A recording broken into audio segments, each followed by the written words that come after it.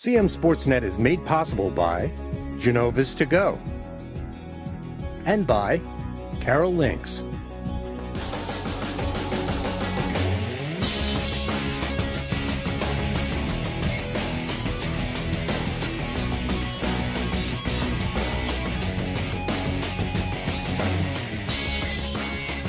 Good evening, everyone, and welcome to the CMSportsNet Football Game of the Week. It's Week 9, and the Carroll County Championship is on the line tonight from Ruby Field. I'm Pat Stoetzer of the Community Media Center. Joining me, as always, former South Carroll coach Mike Kraus. We have undefeated Winters Mill taking on city rival Westminster. Both teams are 5-0 in county play. Pretty big game. Huge football game. Huge football. I can't believe it's Week 9 already. I know. It's crazy. It doesn't feel like it, but it is Week 9. We've got some pregame content to get to you, but first, a quick word from our sponsors. But don't go away. We got a lot coming up for you. The CMSportsNet Game of the Week will be right back. Hungry? Genova's To Go. Pizza, pasta, subs, and more. Fresh hot pizza right from the oven. Genova's To Go. A mouth-watering cheesesteak just off the grill. Genova's To Go. Fresh baked bread and plump wings seconds from the fryer. Genova's To Go. Genova's To Go carry-out, delivery, mobile device, and online ordering is available at all locations. Westminster, Hampstead, Manchester, and our newest dining room in Eldersburg. For lunch, dinner, or any time in between. Genova's To Go.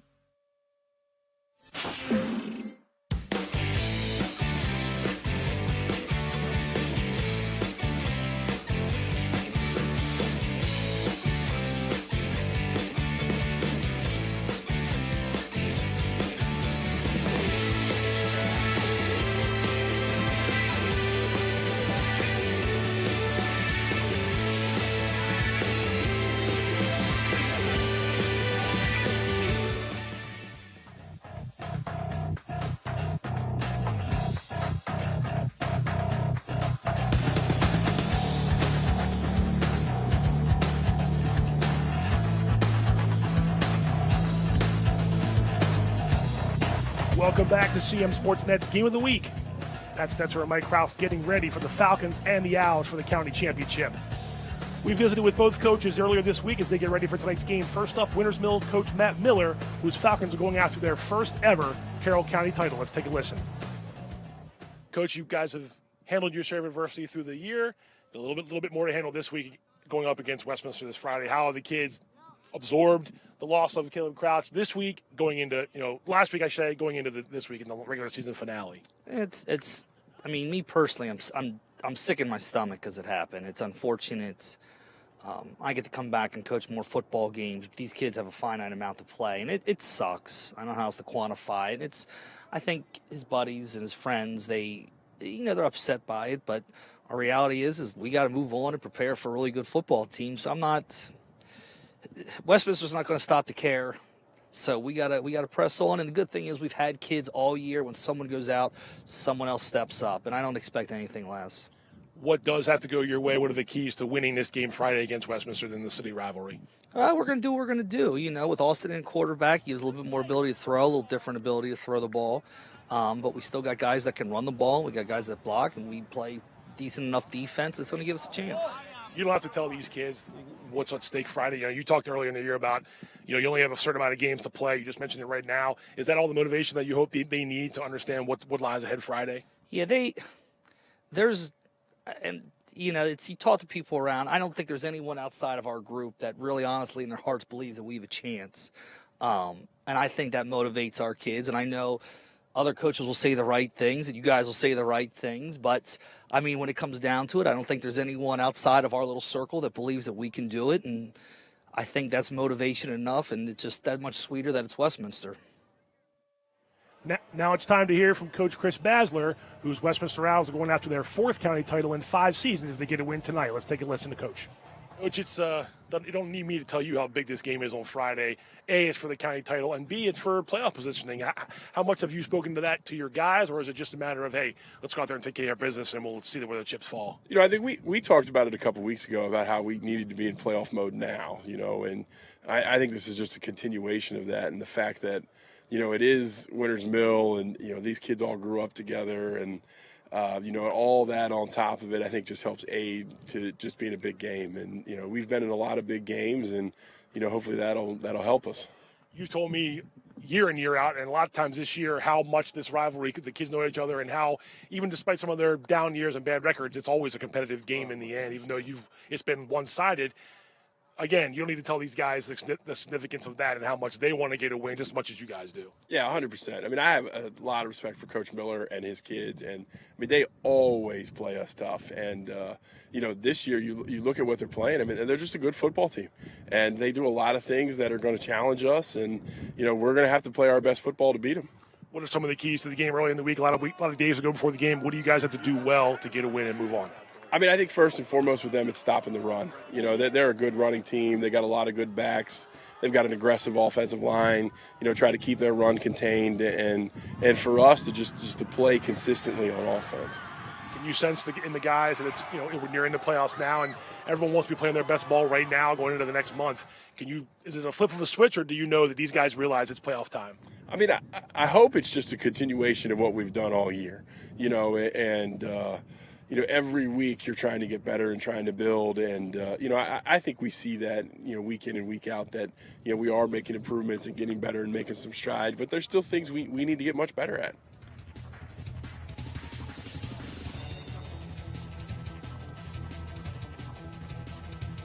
Thanks to both coaches for giving us a few minutes of their time this week. And Coach Kraus, you take a look at the team stats here as we get ready for Week 9. Like you said, it is hard to believe we're in Week 9. You've talked about this week after week. You take a look at that points against for Winters Mill, and that's the key to their success. Yeah, no doubt. And I'm going to go outside of Coach Miller's bubble and give them a chance to win tonight because of that defense. Definitely. 71 points a game. It's less than 9 per game going up against the best offense points wise. Coach Bazzer has mentioned we haven't seen Westminster maybe put 4 full quarters together. He hopes that's tonight. But it's going to be a challenge against a really good Winters Mill defense. It is. And the thing that we're going to be interested to watch tonight, we'll see how Winters Mill's full complement team, adjusts without Caleb in the game. I'm glad you said that. I wanted to make sure here's what's going on here. First players to watch, and we mentioned the quarterbacks. That's usually the spot where we see Caleb Crouch. He went down with an injury last week. He's out for the season. That's a big blow for Winters Mill. Austin Nutt steps in and is his replacement. Now, the numbers don't look comparable because he's barely played time compared to Kyrese Walker, who's already rushed for 1,000 yards. Likely go over 1,000 yards passing tonight. You see his 26 total touchdowns. We know Winters Mill is run heavy. If Austin Nutt can sort of factor into the passing game a little bit, like Coach Miller said, that shows some different looks that maybe they wouldn't show with Caleb Crouch. We'll see if Westminster's defense can counter that. Yeah, and I think the big thing to watch will be how many limits his mistakes. I mean, he's going to be nervous to start the game, and it's part of the game. You've been in some county championship games in your career. Winters Mill never has. Westminster's been in a few. What's both sideline feeling right now? First, go to Winters Mill. What's the feel like? Well, Winters Mill sideline right now is just feeling good about themselves, being here, having the opportunity. Westminster has, I think, the pressure on them to come out and perform tonight. So, I think it's going to be another good football game like we've seen all the 8 previous weeks this week. We've seen a lot of good Carroll County football through 8 weeks. Coach mentioned the other week it's the real deal. We were signing off from the studio, and you said it's the real deal, and it has been the real deal more often than not. Many weeks we've seen some good job. Some good job. Here's the captain's coming out for the coin toss. You see Caleb Crouch there, number 8, in the sweatpants. Kyrese Walker, coincidentally, had a little bit of a minor injury during last week's game, according to Coach Bazzer, and he was a little bit limited this week in practice. Now you see him out there; he's going to play, but interesting. Just keep an eye on. Yeah, he's got a knee brace on that right knee. Yeah, he tweaked a little bit against Manchester Valley. It's the time of the year where injuries will, certainly play a factor in the results of the game. Everybody's a little banged up at this point. Right. See the officials. Winters Mill will be the call here.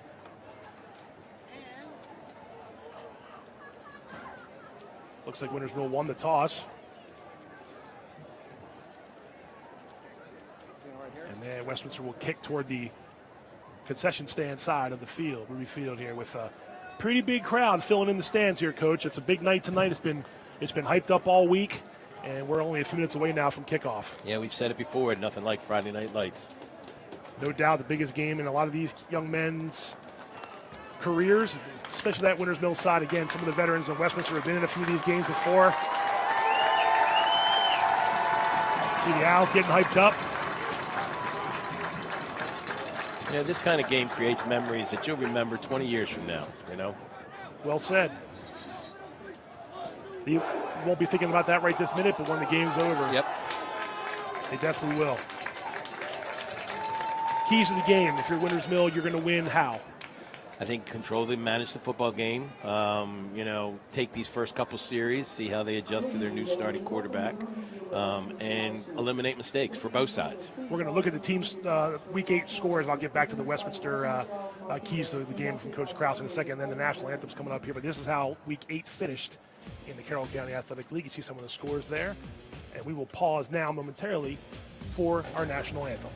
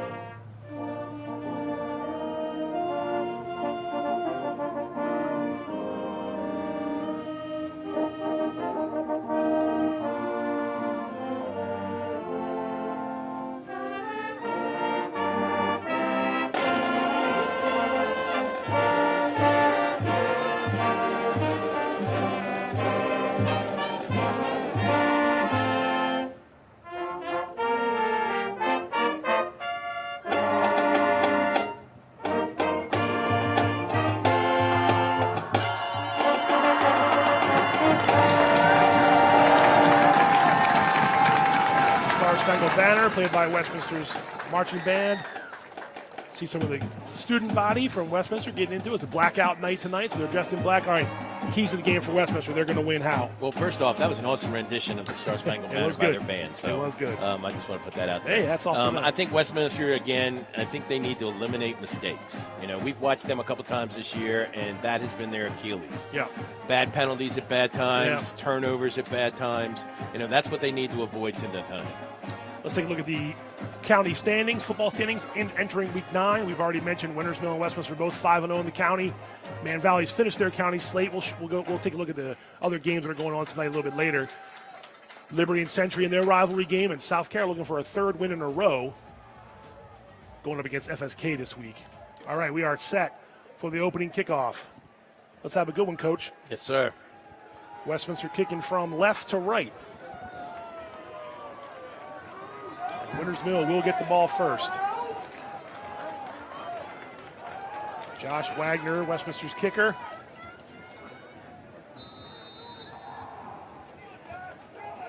Gonna put his right foot into it. And he sends it back into the end zone and touchback.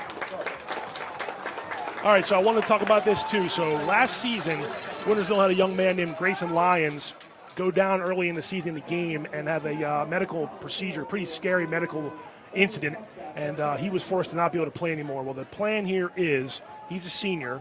He's out there wearing number 0, and he should line up as wide receiver here on a play, and they're going to let Grayson Lyons play one play here in this game. Both coaches talked about it. There he is on the far side, number 0. Let's see if they're going to just untime it down here. It does not surprise me that both these coaches and coaching staffs allow this to happen because they're both class programs. Yep, you see him over there on the 20-yard line, Grayson Lyons, and they will run a play. Lyons ran out as a receiver, and that's very cool. Very cool moment for that young man. He came off. He's getting some handshakes on the sideline there. Yeah, I think that's pretty classy. Yeah, there he is right there on the replay. Just to be on the field, it's got to be pretty special for him. Him and his family. Very scary situation last year, early in the year, down out of Frederick County. Life-saving procedures were done. Yep. And he's with us today, and that's a good thing. So the 2-yard gain there, so 2nd and 8. Yep. That sent ripples through the county last year when that happened. It definitely did. I talked to him once during the season, and he's just, very grateful, and he's still here. That's a big moment. So that's great for him to experience that moment. There's another handoff by Winters Mill. Got some positive yards there. 1 second. That's going to be 3rd and short now coming up. Yeah, that was Paris Lee again, number 3. So 3rd, and we'll call it 2. That's what they're going to see a steady diet of, I think, tonight, running the football. There's your starting offense. You got Baez and Lee and Cook as one of your standout receivers. And, of course, quarterback number 17, Austin Utz. His first start going up against the city rival Owls, and the first big play is here, 3rd and 2. Handoff, Paris Lee. He got the initial push, but I think they stopped him. Yeah, I think so. Let's see where they mark it. Had to get to the 30, and he's at the 29, so that looks like it's going to be a 4th and 1. So the first big play is Westminster's defense. And let's see. Offense is on the field. Yeah. And offense is coming back out on the field on 4th down. They might look to draw him off sides here. Yeah, they might. 4th and short from the 29-yard line. We see the brotherly push here. Well, they go for it. Yep. And Utz. He's got it. He's got it. Wow. That's a pretty big play.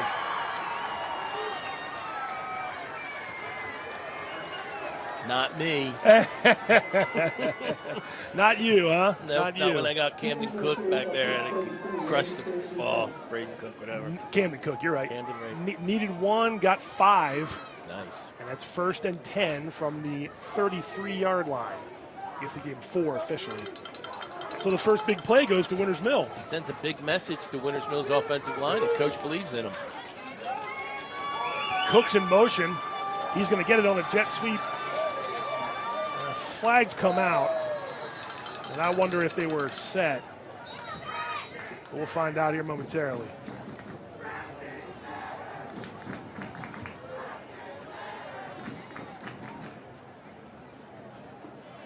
See if there was a legal shift there, maybe, Coach? I think so, yeah. It's going to be a 5-yard penalty, it looks like. Let's see.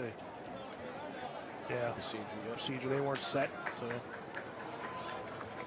Just 1st and 15 now.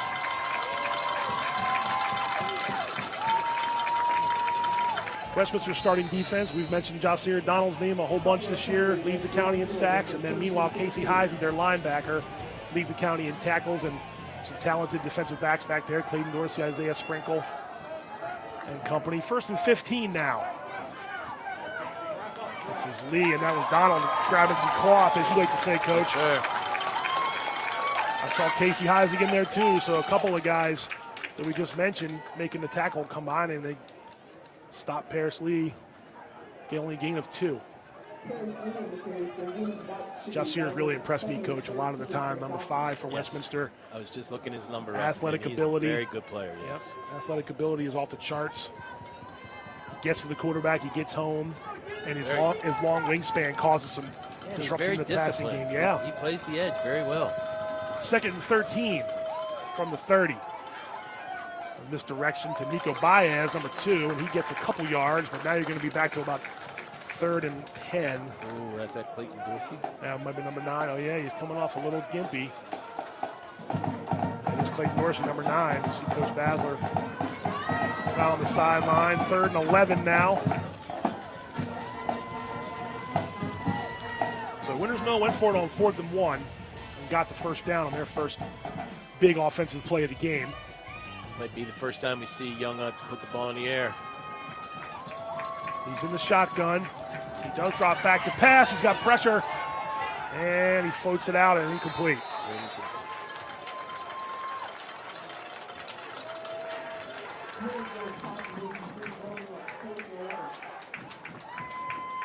So 4th and 11 now, and I believe that's going to be punt time for Winters Mill. And Westminster, after giving up 1 first down, holds the Falcons on offense.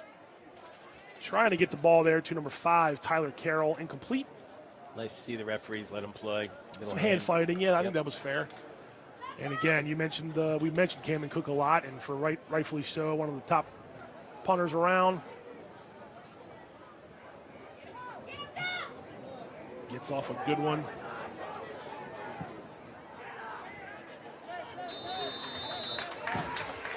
Takes a little bit of a Westminster bounce and stops the clock with 7:35 to go. And now we'll see Westminster's offense come out, led by senior number 2, Kyrese Walker, who we've talked a lot about this year, and rightfully so again. I mean, one of the better athletes around. You can see he's wearing the knee brace on his right knee. starting offense. Raquan Warfield has come into his own here and replacing a couple of the Segre brothers in the backfield. Yeah, Clayton's still down here on the sidelines trying to loosen up that. Yep, so he is not out there on offense to start. And the first play is a catch out up near the 40-yard line, so completed pass to number 4, Isaiah Sprinkle. It'll be a gain of 5. 2nd and 5 now. From the 39.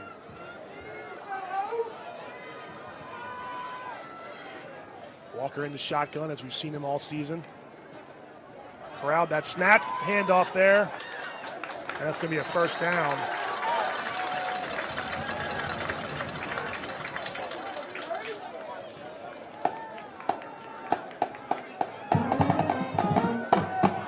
Westminster looking to go a little hurry up here, no huddle.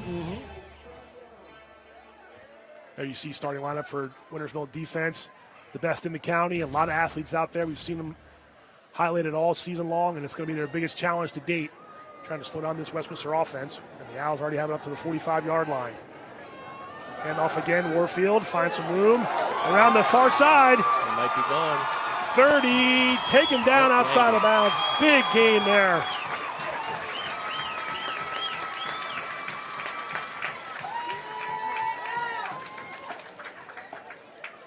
Here's a hot replay on Raquan Warfield getting around the end and using some of that speed. Knocked out by, I think that was number 9, Aaron Jones. All the way down to the 13-yard line. So the first big play of the game goes to Westminster. Correct.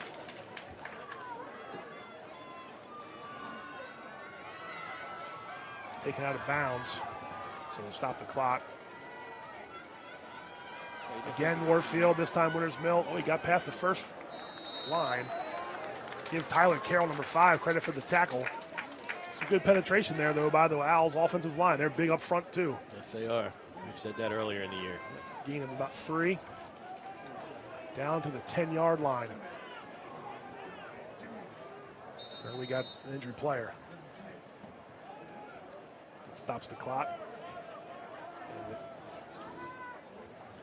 And we mentioned injuries, and you don't want to see anybody go down, but this time of year you can ill afford to lose anybody. We saw Clayton Dorsey walk off, a little bit of a limp. Now we got one of the offensive linemen for Westminster down, so you don't want to try to limit as much as that. I mean, you obviously can't predict injuries. Yeah, you can't predict them, but yet that's one of the things in the back of your mind that you just hope that doesn't happen to any player on either team. You don't want to see injuries. So we were in the studio last week watching 3 different games, and we hear through our headsets that, Caleb Crouch is hurt, and then we see him on the sideline, and we see him on crutches. I mean, that's the gut punch of gut punches when you lose that kind of guy in Week 8.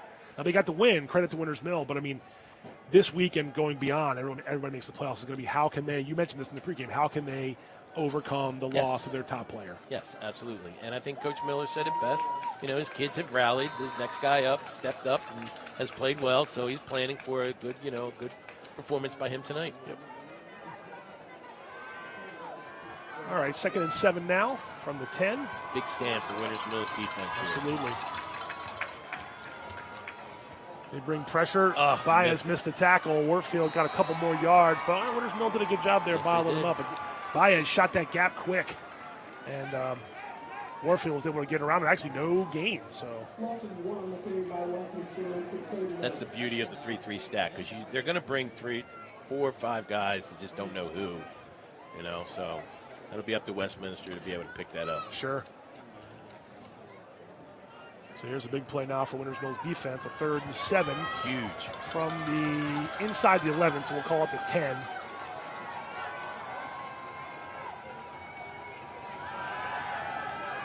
Tyrese Walker back to pass, just gets away from a sack. Winters Mill's got him strung out. Oh, nice job there by number 9. Aaron Jones. Number 9.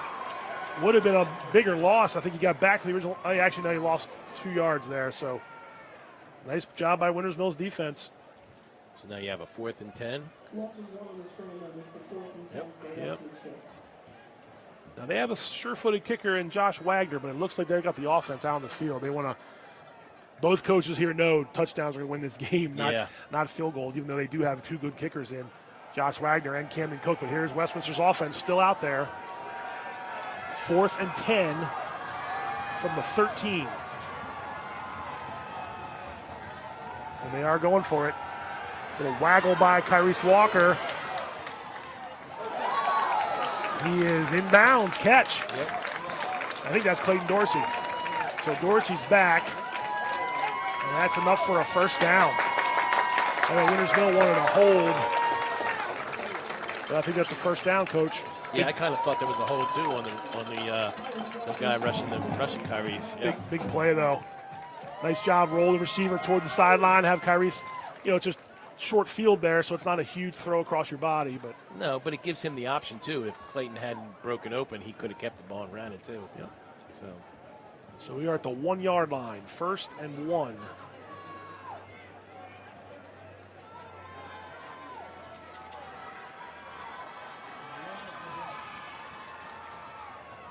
Handoff is to Warfield, and he is in.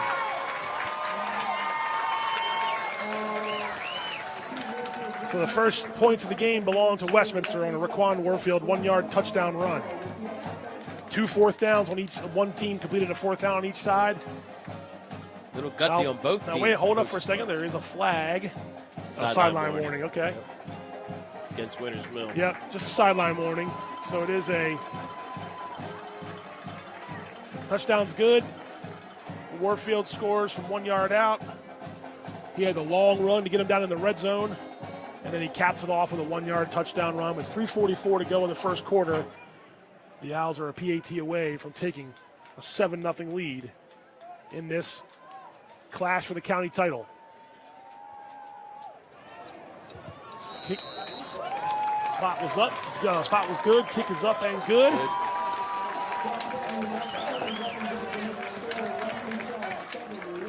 So the Owls, I'm not surprised they went for one on the 4th and 10 from the 13. They're close enough. They know they trust their offense. Both teams have kind of rolled the dice early, and Westminster pays off in a touchdown. Well, you're playing for the county title, so you're not going to win, like you said, with field goals. Although I am a special teams guru, I think it's important that there you may get be a field goal points tonight. Yeah, but it'll be interesting to see how Winters Mill responds here. Here's the Week 9 schedule. We were talking about this earlier. Century at Liberty, the Lions have won 6 in a row in that series. FSK at South Carroll. South Carroll's won 6 in a row in that series. And Williamsport at Man Valley, the Mavericks 2-3 all time against the Wildcats. All these games have playoff implications in terms of seeding. We mentioned before we came on tonight, Coach, that Westminster is sitting in a stacked region right now with Oakdale, Sherwood, Linganore. They're 4th right now. They could win tonight's game and be 4th in the standings. And that would equal probably a first-round playoff game against top-seeded Oakdale, which is a state title contender. Yeah, no doubt. Not an easy task here in these. That's how we get to the playoffs, right? I think their region is kind of similar to the SEC, man. You're going to pick a football team every week in the playoffs. You might be right. Yeah. Winters Mill in the 2A, 1A West with a couple of their Carroll County teams. We can talk more about this as the game goes on, but they've already locked up the 1 seed based on the rest of the region. So they'll actually get 7 schools in that region. They'll have a first-round bye. Could come at a nice time. We can talk about rest versus rust, but. Yeah, that was always, a little bit of worrisome on my part. But I talked to Coach Miller this week about the off week. And, giving the guys a couple of days off is a good thing, both mentally and physically. Yeah, I think so. I think, and like you said, tweaked ankles and achy knees can really get healthy in a week's time. Definitely. Good game there on first down. I think that was Malachi Denning, number 12. And he gets up to the 26-yard line, so a gain of 3. One thing Winters Mill does have, Coach, is running back depth. They have a full stable back there. They do, and I think we'll see them all tonight before the night's over. Another handoff. It's Denning again. Stopped up that time by the Owls defense.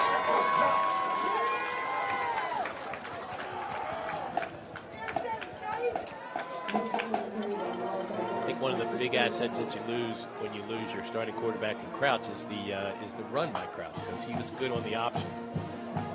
Yes. Give it off or keep it. We talked about that last week a little bit. I think I'll give credit to David Girding there on that tackle, big number 75. And it's a loss of yardage, so it'll be a 3rd and 7 now. And this is the place Wintersville doesn't want to live tonight for the most part if they want to win this game. Utz will drop back to pass, and he will go deep. Oh, had a man out there. Nice defense, trying to get it to Camden Cook. And Isaiah Sprinkle was there for the pass breakup. I thought he had him for a second there, Coach, right around Caleb was going to go up and get that 40-yard line, but Camden Cook couldn't quite pull it in. It's all right, 4th down. Nicely thrown the ball by Utz. Yeah. Yeah, it was a good job, and Sprinkle had his arm in there and did a good job batting it away. So 4th and 7 now. We'll see Cook back to punt again for Winters Mill. Sprinkle and let's see who it is. A teammate back there to receive. High kick from Cook. And not much distance. It's going to go out near midfield. Let's see where they mark it. Right at the 49-yard line. So had some height, good hang time, but did not have a lot of distance, like you said. And so you don't want to give this offense a short field, and they just did. So Westminster will start just inside their own territory at the 49-yard line with we'll call it 2:08 to go.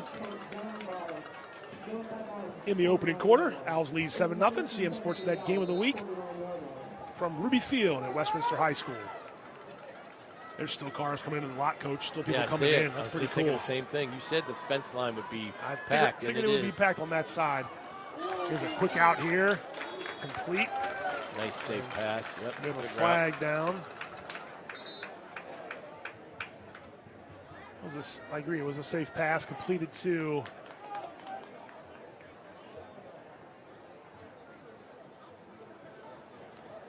give that for the moment. That catch was made by 21.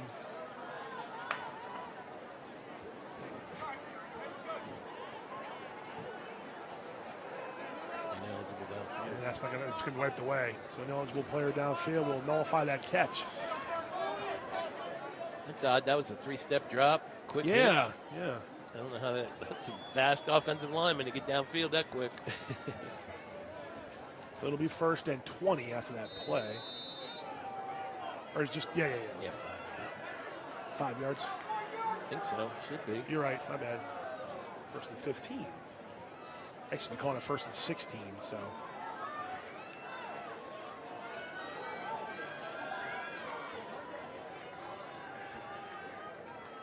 So it puts the Owls behind the sticks.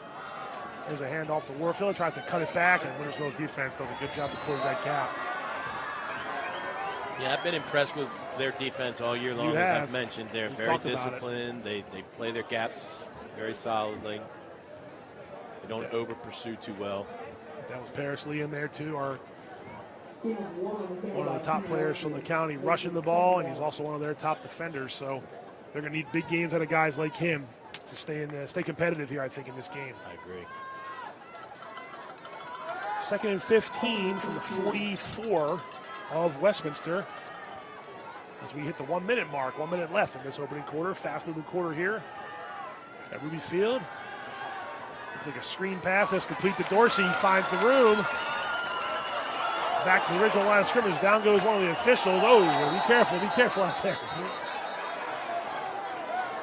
And he's all the way up to the 48-yard line of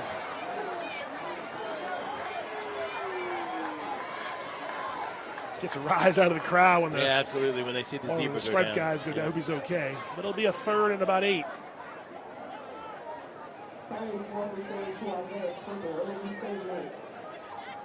Could be the last play of the quarter.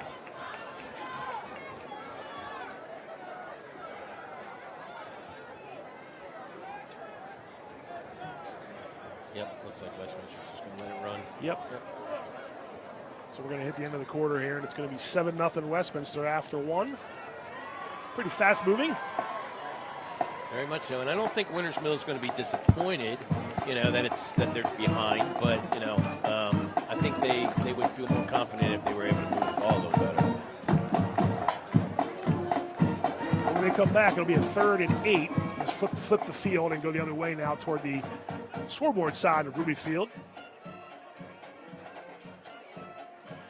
Coach Miller, like you said, they probably aren't disappointed. Obviously, they don't want to be down 7-0, but they move the ball a little bit on that first drive. They just can't get behind the sticks and give Westminster multiple chances like that. And Westminster, great opening drive for the Owls. Yeah. I think Westminster stayed on schedule that first series, even with the fourth down go. Right. Winters Mill, got offline where they had to put the ball in the air, and they went deep a couple times. So, that's not their MO. It's not. They've been more of the pound and ground. Yeah. 3-4 yards at a clip. You just wonder, you wonder what they can do going forward if they have to implement that into their game plan with a different quarterback, different style. I don't think you're going to see Austin Nuts, and this isn't a knock on him, but he's not going to be breaking off 4, 5, 6 yards. I don't think that's just his way. We'll see. We'll see how the rest of the season goes, but it just might be a little different wrinkle on offense, and we'll see if Winters Mill's guys can rise to the challenge. Yeah, I would like to see them, if they have to put the ball in the air, give him some safe throws. Let him get into a little bit of a rhythm. Right. Instead of having to throw the ball deep. Yeah, we've seen a couple deep balls already from Utz. Although he put that one to Camden right on. He did. Yep. He did. Yep. But you're right. Like what we saw with Westminster right away. He just a couple quick outs, get the confidence going, get the chains moving, get a little rhythm. Yep. So here's 3rd and 8 as we start the second quarter in Winters Mill territory. Low snap. Pass is caught. Isaiah Sprinkle pushing for that first down. He got close, but I think it's 4th down. Yeah, I think he's going to come up just short. Yep. I wouldn't be surprised to see the offense stay on the field. Yeah, they're in 4-down territory.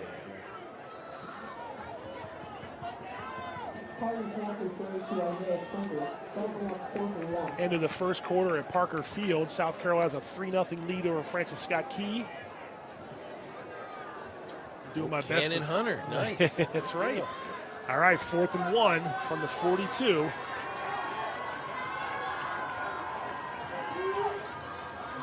Dorsey in motion. Walker gets the snap. He keeps it. He got a first down. He's got more. He's gone. 30, 20, 10, 5. Touchdown, Westminster. That's an X factor. That's a dual threat athlete. Yep, that's tough. 42-yard touchdown run from senior quarterback Kyrese Walker. On 4th and 1, you got to watch out for the quarterback in Westminster's offense, and the missed tackle, and he was off to the races. And they did have hands on him. They did. It wasn't smooth, clear sailing, but he's got the speed and showing no effects of that little tweaked knee that he suffered last week.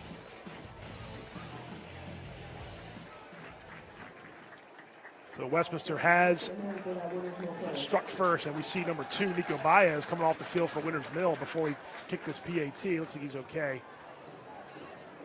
Not the hole Winters Mill wanted to be in early in the second quarter here. Got to whistle now. Reset the play clock, I think, yep, for the injury.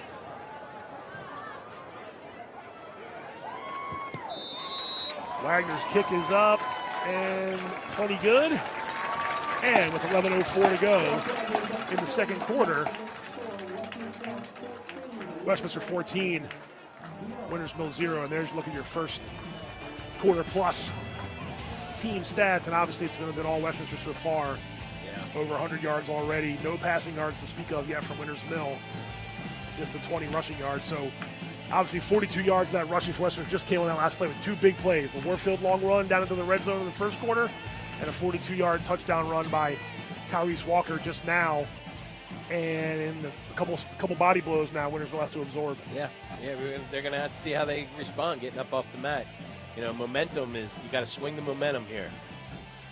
So a good return would be a big factor here. Give their young quarterback a chance to, have some good field position. Right, and we'll see if they dial the passing game back a bit and see if Austin Nuts can get into a rhythm.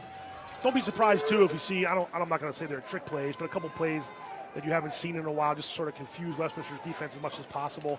I mean, it's all on the line tonight, I would think. Yeah. Well, what I don't want to see is I don't want to see Winters Mill panic. Right. I mean, they're still a very good football team that can, they can still be in this football game. With plenty of time left, too. Yeah. Plenty of time left. This kick did not go in the end zone. Good coverage by Westminster. So Winters Mill now takes over.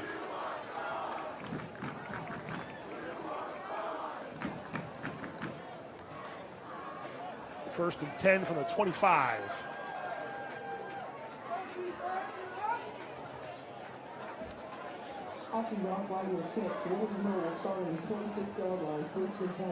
This drive, you tell me, Coach, but I think this is an important one just to get some confidence back on Winters Mill's offense. Yeah, even if it's just a couple first downs. Sure, Move the chains.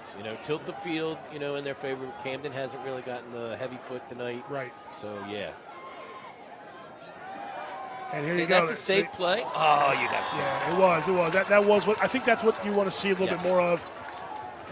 Pass, tried to get to Malachi Denning. Made it throw it a little high. I think it's a pass play you got to hit early here. But that's what I was expecting to see a little more of there. Yes. That kind of play will give your quarterback some confidence. Sure. In, getting out of the pocket, hitting its target. Yeah, and let's not be too dramatic here. He's not cold turkey. He played last week. He ran the offense at the end of the game. They got the victory against Man Valley.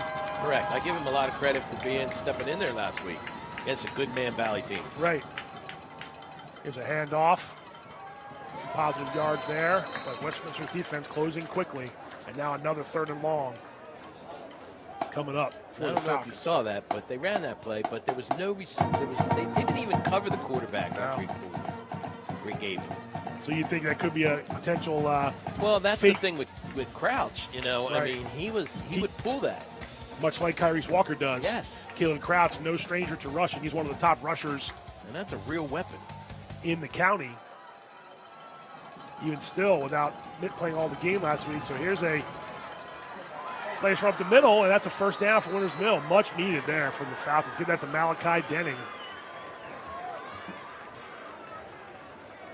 Guy's moving up on my dude list. You liked him last week, I know that. Yep. Your dude list. I swear we got to make a Coach Kraus all Carroll County dude list for the end of the season. I'll help you with it. We'll put it out. We'll put it out on our CMSportsNet website and make it like all Madden team, all good, dude man. list. All right, great. that'll be our postseason project. Hey, it's a first down, 1st and 10 for Winters Mill. Here's that same play. Incomplete. I think they hit the ground. That one was thrown much better, and that one's on Denning. I got to believe he should have. You see Camden Cook telling him to keep his head up. Yep. The first one might have been a little tougher to catch. That one was a good throw by Utson and incomplete. That's the same exact play. I like that play. Yeah. Again, it's one of those safe throws. Bring the running back out of the backfield. Mm-hmm. So 2nd and 10 now. 9:35 to go.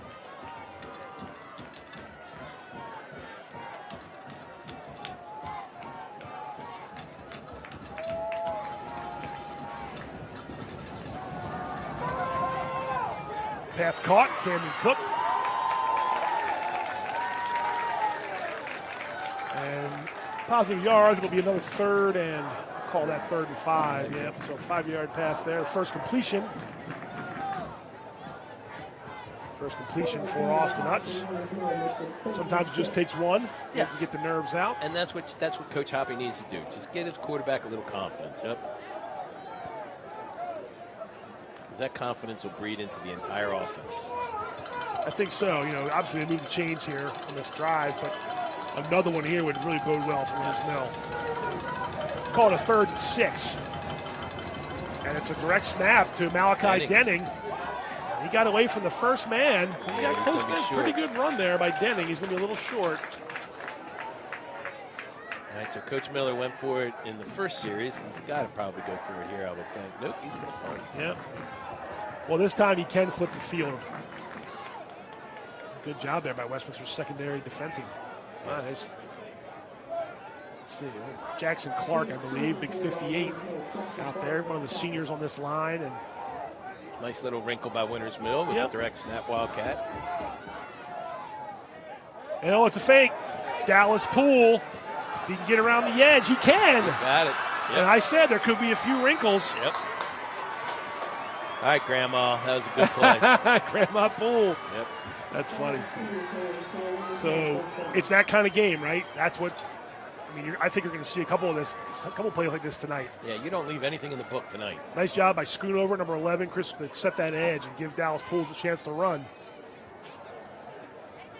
And we got a first down in Westminster territory. Yep, if it's in the book and you've practiced it, you want to try it. Yeah.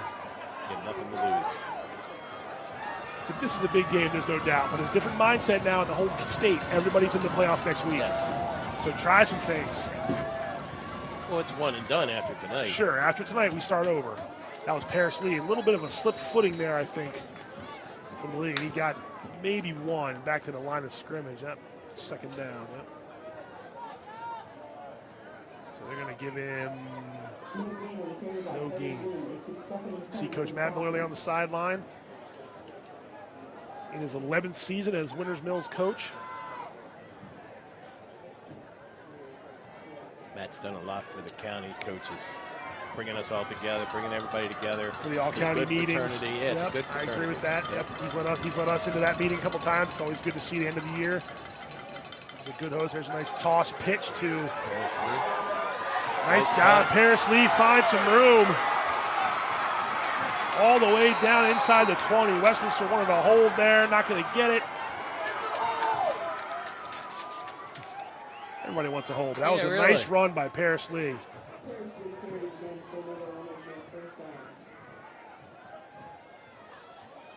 It's that stable of running backs that they have. Jalen Jones trying to track him down there, and finally Justin Donald, I think, pulled him down, but not before. Another big first down, and Winters Mills officially on the move here inside the red zone.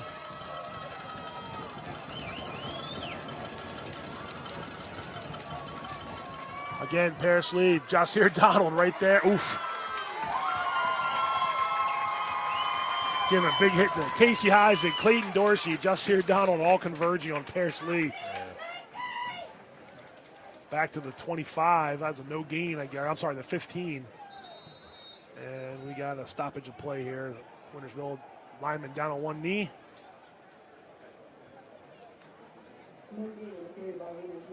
And Jasir almost caught him from behind. Almost, yeah. He slowed him up a little bit, and you had some talented defenders there. I mean, Winters Mills defense clearly, and rightfully so, gets a lot of praise. Westminster defense can play defense here, too, with the best of them. Oh, absolutely. You know, you got to look at their schedule and who they played. I mean, they played some really quality football teams. Franklin, Frederick, yeah, the Carroll schools, yep. Walkersville, I know this is somebody, and they're going to have that and some in the next few weeks with the likes of Sherwood and Linganore and Yes, Oakdale waiting in the wings in the playoffs. Yep. Potentially even a rematch with Man Valley, who certainly is no slouch. All right, 2nd and 10 from the 15.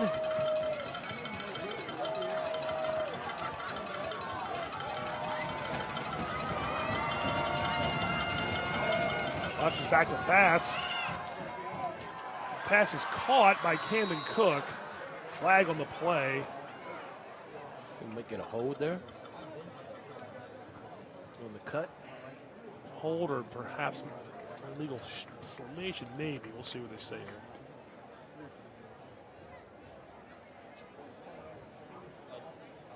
Talking it over here.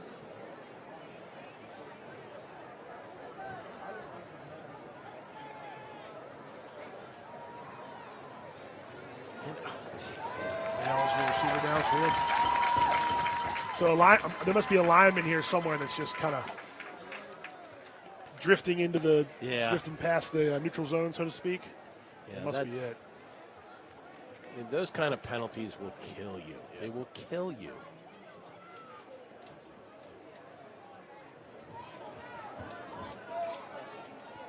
Five-yard penalty, but still, yeah.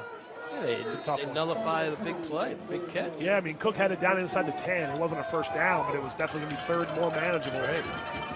Now you're behind two sticks. Behind two sticks, correct. But they are inside the 20, right at the 20, actually. Hunt's back to throw, pops it up, and out of bounds, incomplete. Yeah. Had receivers down there, just a little bit of an errant throw.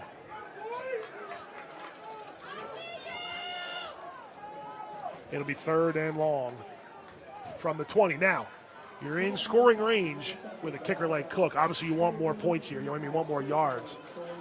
But it's maybe imperative here not to do anything too crazy. Yeah, I mean, it depends on what you get on this play, sure. whether you decide to go for it on fourth down. But, you got to got a kicker like Cook, get that 0 off the board. That's what I was getting. That's what I was getting at. A little momentum. That's what I was getting Give them a little at, good feel about themselves. They moved the ball from their side of the field. Back to pass. Oh, dangerous pass. Close, yeah. He had a Westminster defender had better shot at that ball. I think it's John Manley out there in the corner, number 23 down there in the corner. We saw him with a defensive touchdown earlier this year, and now it's 4th down. I think you got to kick the field goal. Yeah, I think so. You're in the middle of the field, definitely. Well within Camden Cook's range.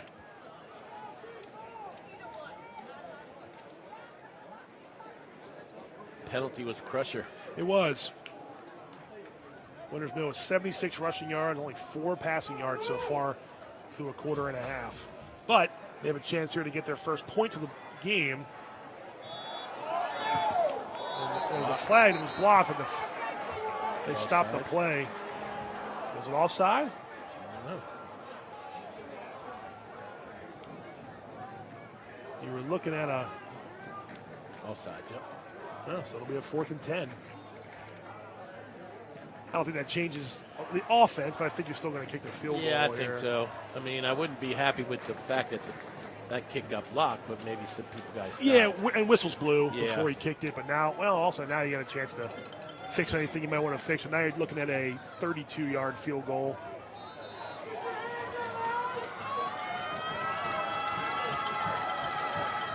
Carroll's the holder. Cook's kick this time. I don't know if it's good. No good. He drilled it, but it was just pushed it to the right. Yeah. And that's a big stop. Big stop for Westminster's defense. Yep. Cook's kick was wide to the right, had plenty of leg, but wide to the right. And in high school rules, the offense will start at the 20 following the missed kick, and that's... They missed it, but I'm not going to fault Coach Miller for the try. Though. No, I agree with that too. I think that would have been my play if I was running the offense.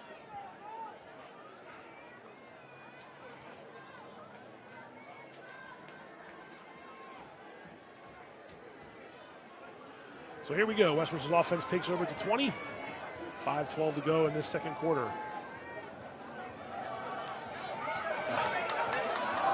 There's a nice run by Raquan Warfield. There's a flag down.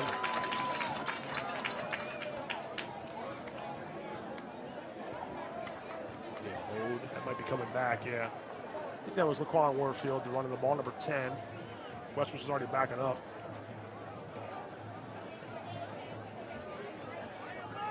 Looks like a hold.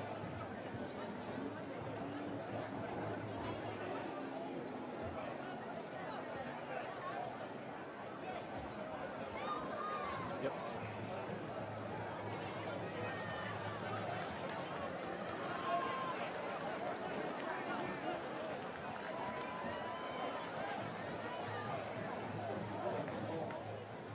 So that's going to back them up. Yep, that'll put Westminster behind 2 sticks. Yep. Stay first down. It's first down, and we're going to go back to the 10. Let's see where they play. Right at the 10. So wow. First and 20.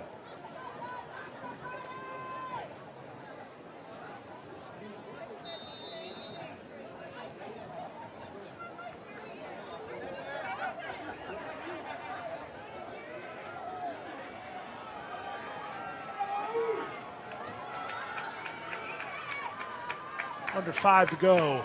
Now the Owls backed up. Oh, and the snap goes over Kyrese's head. Oh, it's a loose ball in the end zone. And I don't know if he got out of the end zone. He did not. No. Safety. Yeah.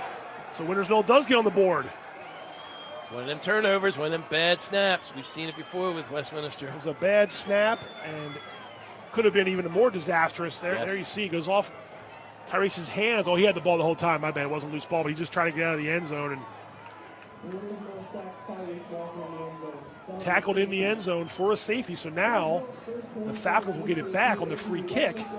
And a little momentum there after a nice defensive play, taking advantage of the bad bobbled snap. But a nice defensive play by Winners Mill to keep the ball carrier in the end zone for a 2-point safety. Yep. I didn't have 14-2 on my bingo card tonight, Coach. No, me neither. Here we are. Look, we've seen a fake punt a safety. And it's only the second quarter with 4:45 to go here. And that would be, you got to be on your toes here. Look for a reverse possibility. Be disciplined in your lane assignments. And the kick's from the 20, so you figure Winters Mill has a good chance anyway to get a good position. Now, it's a free kick, so you can kick it off the tee or punt it, correct? Right, correct. See Josh Wagner asking the sideline what he wants them to do, what they want him to do, rather. He's going to punt it, looks like. Someone else is going to punt it. That's Cooper Whitcomb, I think.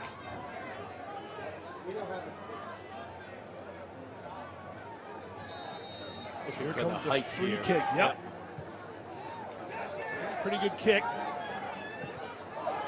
Knocked down. It's a free ball. And Winters Mill's still going to get it right around midfield. Yep. Good field position.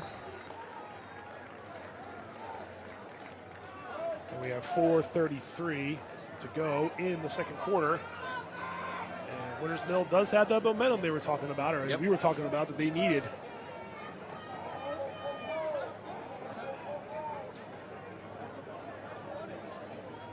Josh Wagner's punt after the safety. Down, received by Winters Mill, taken up to the 48-yard line. At the 48-yard line, 1st and 10 for Winters Mill's offense.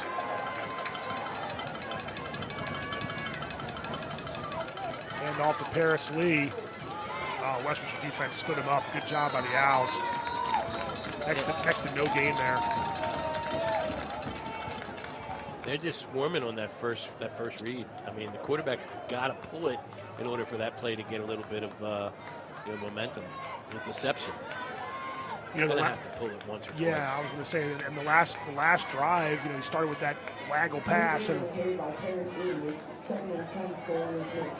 couldn't quite connect with Malachi Denning a couple times there. Now you're looking at 2nd and 10 from the 48.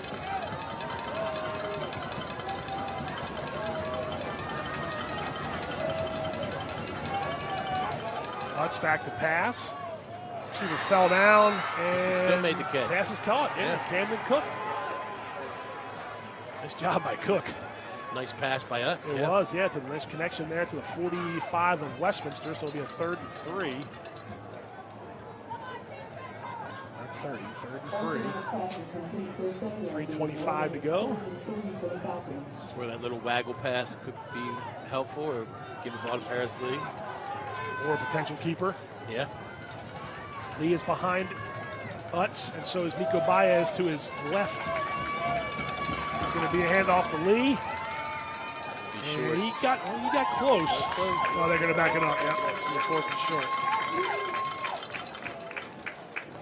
4th and 1, clock running. We'll keep the offense on the field here. I think we're running all the way down and see what you see. Westminster gets the ball to start the 3rd quarter, so this is in terms of the importance of drives, this is a big one here for Winters Mill. Yeah. They're punching up tight. Utz kept it. He got it. He's still moving the pile. That's a 1st down for Winters Mill. Get it. Yep.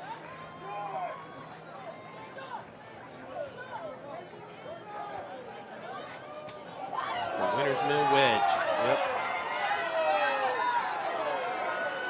I don't know what the crowd is complaining about. Looks like a 1st down to me. Yeah. Forward progress for sure. They have 1st down from the 33-yard line.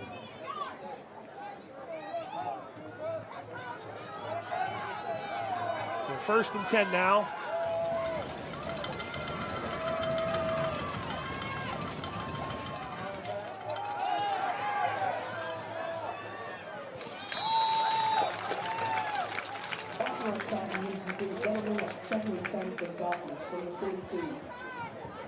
Good decision by Utz there. Yeah, just throw threw it the ball away. away. Yep. We're having some scoreboard technical difficulties here on our end, so just bear with us here. But it's 2nd down and 10 with 1:54 to go.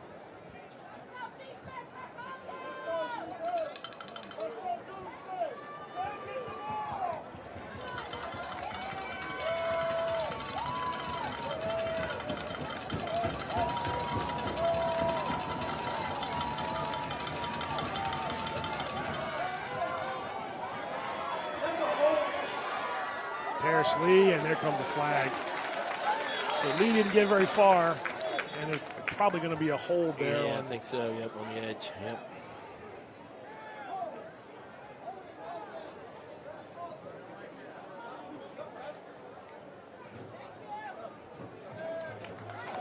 And that is a hold.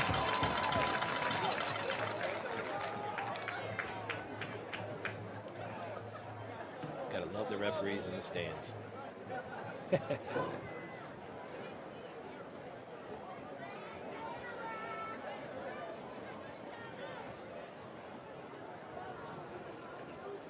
So it should be 2nd and 17. Yep.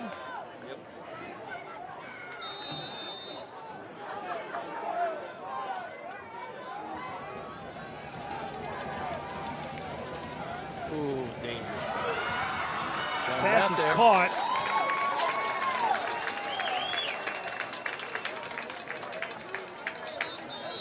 And we got a stoppage of clock. Westminster player down. After the pass by Winterfield, it's going to be 3rd and 13.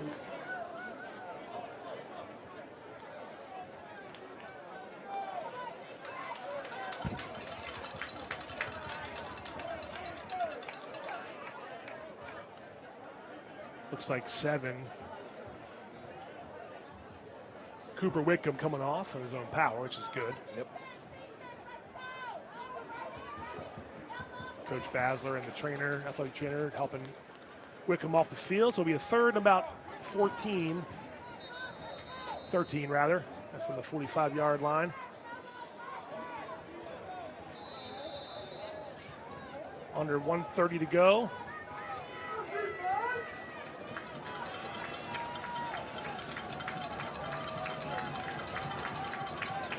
That's a nice toss to Camden Cook. Nice Knights block. gets a good block. That's a big first down, and Cook's out of bounds. It stops the clock. Oh, he stepped out at the 23. Still a first down, though, on Yep. 3rd and long. Nice play call for Winters Mill. Yep, really nice block on the edge there, you saw.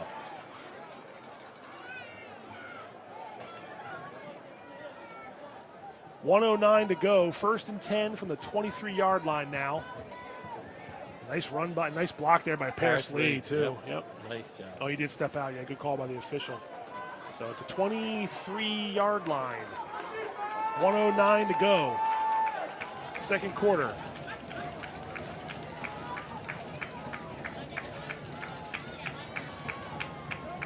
Hand off to Lee.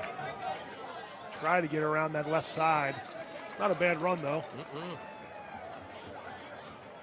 First down run of 3 or 4. Timeouts now are going to be a thing. And Coach Matt Miller calls one.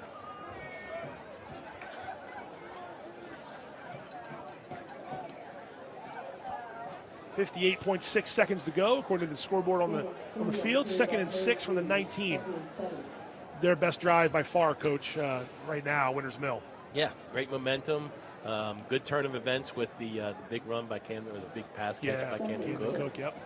So, if they can put some points on the board here at the end of the half, they'll go into halftime feeling good about themselves. Yeah, and, look, they took advantage of that bobbled snap that went over Kyrise's head. He did a good job to cover the ball up. Sometimes that's a little bit of the swing you need. Hey, man, it's a defensive play. It's a play. In a game like this where not much was going right, they missed a field goal in the last drive before that. So they've got things going now in a positive direction on offense. Now it's going to be up to Westminster's defense to see if they can keep them out of the end zone. Yep. And again, there's a lot of time on the clock here, so they don't have to panic.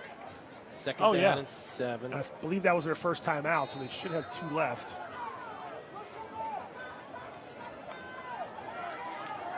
Wouldn't mind seeing that little waggle pass out of the backfield again. Bringing the man in motion, that's Aaron Jones. The handoff goes to Paris Lee. See 17 down there, the quarterback, there's nobody there. Yeah.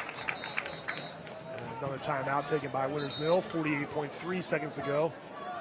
The difference I've noticed so far is the second push there. The second push has been there all year for Winters Mill, that second run. And now when Lee and Baez and Denny have cut back, there's a Westminster defender right there. Yes. So interesting to see that kind of in the trenches game you talk about so many times, how games are won right there. And it's not necessarily the trench officially, but I mean, it's that second wave of the defender that's going to, so far anyway, has been the reason Winters Mill's been out of the end zone. Well, I think you talk about Westminster playing gap solid, All right. and they've played very well on the backside, where motion or the play action goes one way and they stay solid on the backside on the cutback. So, yeah, those cutbacks just aren't there right now in terms of getting that 4 or 5 more yards that Winters Mill's been known for. I mean, Paris Lee averaging 4.4 yards a carry. Malachi Denning coming into this game averaging more than 7.5 yards a carry. There's a toss, and Dallas Poole can throw it, and he goes up top. Nice job by Westminster defense, Clayton Dorsey. That was a nicely run play by trying to get it to Tommy Hinkhouse, number 24. Great job defensively by Westminster, though. They're not bite. And it's 4th and 4 now from the 17. So we've seen a couple tricks. I thought we might see some. That Dallas Poole throw, but a good job there. A big left hand there from Clayton Dorsey, who we saw kind of limp off the field early. Well, he's obviously showing no signs of injury. So here we go. The offense stays on the field. 41.8 seconds to go. Winters Mill, 4th and 4. They don't have to get in the end zone for a first down. That's just the timing play right there. It's maybe they're not used to doing that incomplete pass. And that'll turn the ball over on downs. 38 seconds. Would you have wanted to try a field goal there, or what do you think? Again, I like to get points on the board.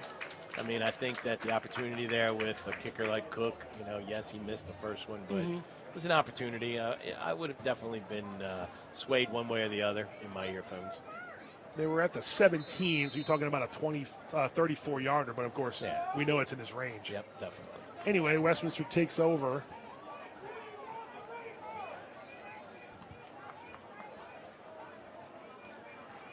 And since they get the ball here, Coach, to start the third quarter, we'll see what happens here, conservative or not. Run the ball a little bit here. Raekwon Warfield. And I don't think Westminster cares to stop the clock here.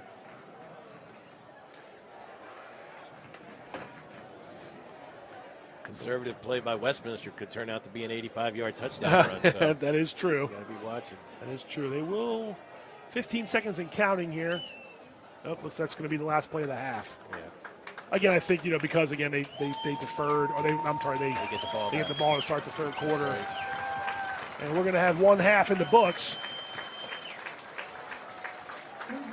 That's the final seconds tick away. We've reached halftime. And the home team leads on an unorthodox halftime score, but Westminster leads 14-2 over Winters Mill with 24 minutes of game in the books. We're going to take a break here in a second, but before we do, a couple quick thoughts on what we saw here in the first half. I mean, I think we saw just a couple opportunities missed by Winters Mill, and Westminster took advantage of their two big drives. Yeah, I know the scoreboard doesn't reflect it very well, but I think Winters Mill is still in this football game, and they still have an opportunity to come back. That first series that Westminster gets the ball after the half will be a big series for us. When we come back, we'll see some highlights from the first half, and we'll unveil the latest athlete of the week. We got a whole bunch more, and of course, we got the second half to go as well. Take a quick break. We'll be right back to CMSportsNet Game of the Week.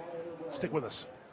Hungry? Genova's to go. Pizza, pasta, subs, and more. Fresh hot pizza right from the oven. Genova's to go. A mouth-watering cheesesteak just off the grill. Genova's to go. Fresh baked bread and plump wings seconds from the fryer. Genova's to go. Genova's to go carry-out, delivery, mobile device, and online ordering is available at all locations. Westminster, Hampstead, Manchester, and our newest dining room in Eldersburg. For lunch, dinner, or any time in between. Genova's to go.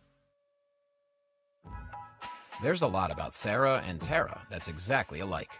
They drink the same coffee, they have the same great job, and they both have a high-quality education. The only difference? Sarah spent her first 2 years at Carroll Community College, getting the same exceptional education, but at less than half the cost. So while Tara uses her paycheck to make student loan payments, Sarah can use hers for other things, like going out for coffee. Get started at carrollcc.edu.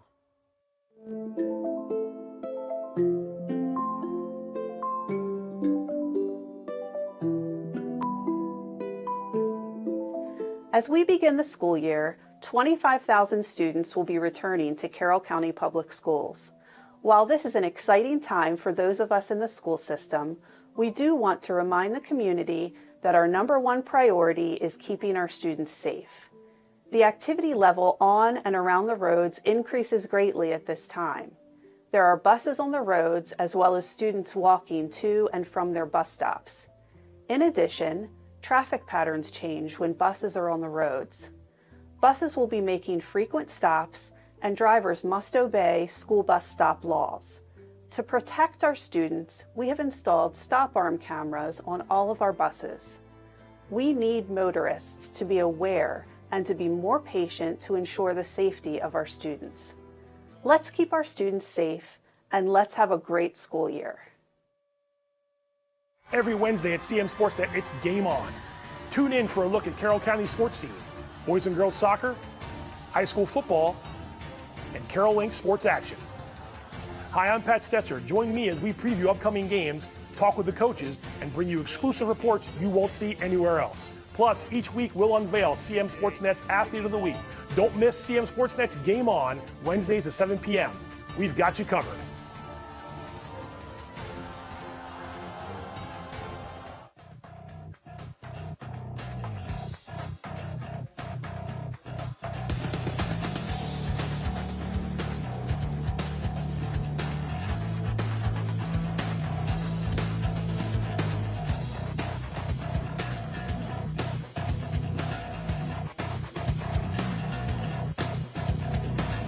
Welcome back, CMSportsNet Game of the Week. Pat Stoetzer and Mike Kraus from Ruby Field. We have reached halftime. The Westminster Owls lead the Wintersville Falcons 14-2. Little funky score, but it's been a little bit of a funky first half. Coach, we're going to see some highlights here in a second from the first half, but we saw Westminster score impressively on their first on their drives that they scored touchdowns, I should say. A long run by Raquan Warfield that resulted in an eventual touchdown, and then of course Kyrese Walker with a 42-yarder, and right away it's 14-0 Westminster. And it was Two big plays. Big plays. Yep. Wintersville got back into the game thanks to the mistake on Westminster's offense deep in their own end. They get a safety. It does give them a little bit of momentum. They have a missed field goal tonight. A little bit of miscommunication with their quarterback trying to time some of the passes. Wasn't the worst half, but again, just I think you see some of the effects of not having Caleb Crouch out there. I was just thinking the same thing. It hasn't been the worst half, No. but I do believe that they're missing, their quarterback, and I think they're finding their way, That being said, I mean, they've done good things. Mm-hmm. They've moved the ball. They've thrown a couple wrinkles into their plays. We saw the fake punt that got to a first down. We saw a nice end around by the Camden Cook first down. We saw a halfback toss. It was incomplete. But anyway, let's take a look at some of the plays from the first half. And again, for the county championship on the line, both these teams were fired up from the beginning. The crowd was big. The crowd, both sides are into it. We mentioned how we saw people still coming in on the sideline. And, right at this, I believe this is going to be Raquan Warfield. That's finding some space and using that speed down the sideline and got them into the red zone. A really big play. The first big play of the game was there. That might be one of Winters Mill's biggest plays of the year. That and Kyrese's run. They went up, yeah. It resulted in a 1-yard touchdown by Warfield. The Owls went up 7-0 after that. This was on a 4th and short, and Kyrese Walker keeps it, and there was a lot of daylight in that backfield, and he scampered all the way, 42-yard touchdown, gimpy knee and all. And after the PAT there, it was 14-0 early in the second quarter.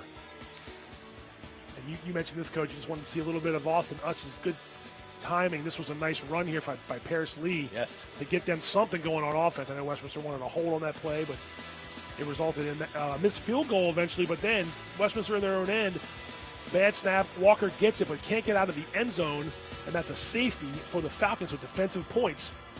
Give the ball back to the Falcons there. This was that nice run by a little pitch there to Camden Cook with a great block there. He stepped out of bounds around the 20, but Westminster held him out of the end zone on 4th down. So that was pretty much the summation of the first half based on what we've seen here from Ruby Field. And there's your stats. Again, the passing yards not made to speak of on both sides. Wintersville outgaining them on the ground right now, and first downs are even. Just right now on the scoreboard, Westminster has the 12-point lead at 14-2. Two big plays. Yep. Two big plays, absolutely. Kyrese Walker, 4 for 4, the 30 yards passing, and the 1 touchdown run. Warfield has 52 yards rushing in, of course, the touchdown as well. And Sprinkle's got 3 catches for 19 yards. Paris Lee leading the attack there for Winters Mill, 54 yards rushing. And then Cook's got 30-plus with the receiving and the rushing. So we saw the team stats there, even as best can be. No turnovers yet on either side, so it's been a clean game. There have been some penalties, of course, here and there. But just your impressions of how Winters Mill's handled this game, the pressure of the game. Again, they're not out of it by any stretch, but what do you want to see them be doing in the second half to sort of turn things around? I want to see them get a turnover or two. Okay. I really do. I want to see their defense be a little bit more, advantageously aggressive, I think they've done a good job with Kyrie's for the most part. Yep.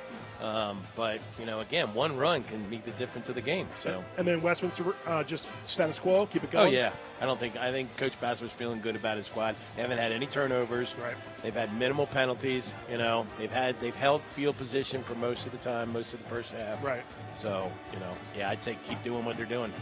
All right, we're going to get into it here in a few more minutes, but first we're going to show you our latest athlete of the week. It's actually somebody we're watching today on the field. He helped his team to a big victory last week in Week 8. So let's take a look at the latest CMSportsNet Athlete of the Week. This week's CMSportsNet Athlete of the Week, Paris Lee, Winters Mill football. Paris helped the Falcons win by going for 150 yards rushing, scored a touchdown, also had a sack on defense. Paris, it was a low-scoring game, a gritty game, and you guys got the win. How pumped were you guys to sort of play in a game like that, handle some adversity? I know you lost Caleb Crouch and also got away with the victory. How pleased were you with your guys' effort on Friday and your effort personally? I was excited. We had to step up because we lost Caleb. That was kind of terrible, but we stepped up. We had good looks from Tyshawn. He's starting now, so we have people stepping up now that we lost our star athlete on our offense. So, things are going to be different now. But when something like that happens, it's up to the leaders on the team, guys like yourself, to sort of make sure everybody's on the same mindset. Did you guys talk about that at all after the game and yesterday and today during practice to realize that, hey, okay, we lost a guy. The season's not over. We still want to go out and get things done this week and in the playoffs? Yes. Yeah. What was that talk like? What did you guys try to talk about in terms of keeping everybody's mind in the right spot and realizing that they give a big game on Friday? We told each other we have to lock in now that we don't have our quarterback. We're putting in new plays since we are rushing now because we don't have a quarterback. So we have to pull stuff out of our pocket now. That being said, huge game coming up this week against Westminster. You know all those guys over there. They know you. It's been a while since you've only beaten them once, I believe. Coach Miller told me, but there's a chance here that you can finish with a win and be 9-0. That would be something that has never happened. Obviously, Winters Mill. How motivated and excited are you guys to go to their place on Friday and play a good game? I'm excited to beat them. I'm excited. That's all that matters, right? And one last question. You had a sack on defense, 5 tackles. I know you're doing well on both sides of the ball. How much do you work on both of them, running the ball for Winters Mill and being one of the runners and also being one of the top guys on defense? Do you try to put in more work one or the other? I just balance it, work hard on both sides every day, never give up, never take plays off and just practice at what I do best. Well, it's paying off. Paris Lee, congrats on a great week last week. Paris Lee, the latest CMSportsNet Athlete of the Week. CMSportsNet's Athlete of the Week is brought to you in part by Barnes Bollinger Insurance Services and by Genova's To Go. Congratulations, Paris Lee, the latest Athlete of the Week. We've seen Paris already contributing tonight for Winters Mill. Now they're behind by 12 points here, 14-2, as we're into the halftime entertainment. Westminster's marching out on the field. I mean, when you lose a player like Caleb Crouch, it's up to the next person to kind of step up and fill that role. Paris Lee can be one of those guys for Winters Mill. Oh, yeah, I think the team's looking to those guys, Caleb is their leader, and he was their leader. And I think that, losing him, I'm impressed with the way that Winters Mill played the first half, first time without him. So, Yeah. Taking a look here at Week 9, the rest of the scores that are games that are going on, rather, in the county. Williamsport at Manchester Valley, Francis Scott Key at South Carroll, down the road at Parker Field. At the Liberty Bowl with Century and Liberty in their annual rivalry game. And then, of course, our game here tonight, Winters Mill at Westminster. Westminster 14-2 over Winters Mill. These games are all big games in terms of the, just again, first of all, they're rivalry games, and no one wants to lose a rivalry game. Second of all, just the fact that everyone knows they're playing a game next week. So points here for your playoff seeding. There's still some seeds that are to be determined. We know right now Westminster's sitting 4th in their 3A West. They could go to 3rd, but they could also stay in 4th, and I think that would mean a first-round matchup against a team like Oakdale, or it would be Oakdale, actually. Again, we'll let the chips fall where they may tonight and tomorrow. You want to be playing your best football right now, Coach, going into next week and beyond. You did this for many years. You did it for the last couple of years. We saw you guys get all the way to Navy Marine Corps Memorial Stadium. But what's the switch? What switch has to be flipped when you go from week 9 to week 0 or week 10 in that first round of the playoffs? Well, I think you have to drive the nail home that it's one and done. So, you want to be playing your best football at this time of the year. So, I think Coach Bassler talked about it earlier in the season where, his schedule prepared them for where they are today and where they will be next week. So, I think he's done a good job of getting his team prepared to play. And Winters Mill is gonna be just fine. Right, and they get. And I think I don't have this officially, but I'm almost positive they get the advantage on. I know they do. They get the advantage of having the week off next week. Yes, they do. You guys will get the bye. So you guys had that 2 years in a row. One was because the team opted out, I believe, and the other one was because you didn't have enough. What's that like? What's it like having? I know you want to play right away, and the kids probably do too. But is there a little bit of solace and hey, we can rest a little bit here. We're going to practice and get ready for the game, but you don't have to worry about it until November 10th. It's a double-edged sword. You want your players to get a little break, get healthy, have a little bit of mental, break in themselves, but yet if you're playing good football, you want to keep on playing. So, you get into a rhythm, you get into a pattern of doing things, and you don't want to disrupt that. 2 years ago, you guys were undefeated, and you had your first round game at home. The next one was obviously going to be at home, but it was against us. So all those kinds of things here. And by the way, we're showing some footage here of Westminster AD Terry Malloy. Got surprised, I think, a little bit. This is his final game in terms of home game regular season. He's retiring in the middle of the school year here. Terry's been here a long, long time. Coached soccer. He's been the AD for over 20 years. You see him hugging some family and friends, and we appreciate everything that Mr. Malloy does for us to give us the press box access, and he's very amenable for us in terms of just giving us whatever we need here and well respected at Ruby Field. Absolutely, yep. And he's an old timer though. Terry giving a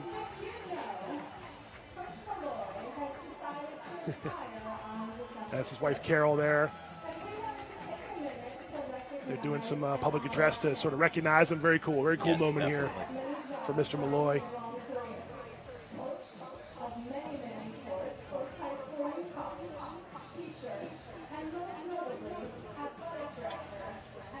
We talk about guys, and you've been around a lot of guys like this. The cliche is if you cut them, they bleed the color of the school. There's no doubt that Terry bleeds the blue and black. Yeah, I don't think the audience knows, what the feeling is when you make that decision, because you look upon, what am I going to do now? I've been doing this for so long, what am I going to do?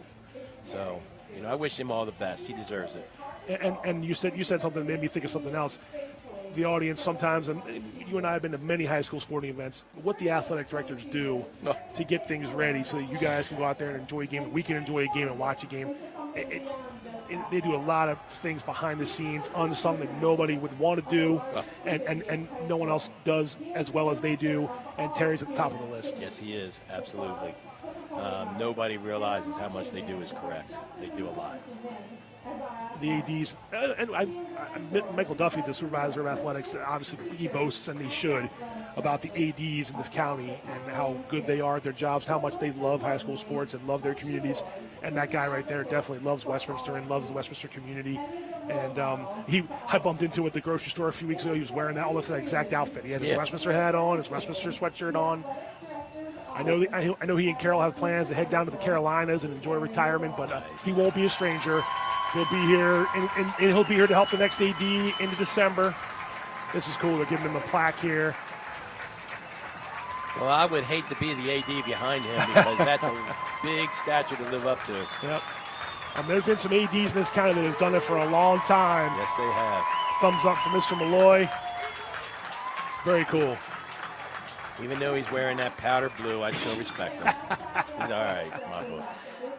I mean, South Carroll had Fred Baker for many, many moons, and Jim Horn after him, and now it's Tim Novotny, and Steve Thompson was here for that forever and ever at Westminster.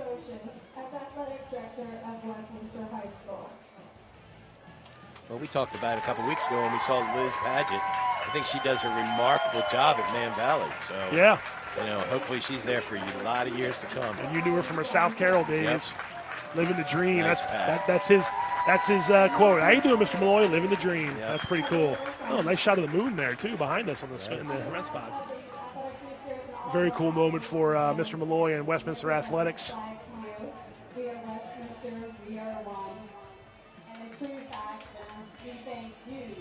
That's awesome. That's great. The teams are warming up. We got about 3 minutes to go before we resume the second half. And a very cool scene here on the sideline of Westminster sideline as Terry Malloy being recognized for his years of service. He's set to retire, I think, December 1st. Don't quote me, but I think that's his final day. And then he told me in the parking lot today, he said, I'll be back, though, to help run the duels. That's in 3 weeks after that. So he's not going too far away. No, really. But he will be heading to retirement. We wish him well. A lot of class. Yep. Definitely. And a cool moment here. They told us not to spill the beans, that he thought it was going to be one thing, and they told us, hey, we're going to do something for Mr. Malloy. You know, hopefully we can. There we go.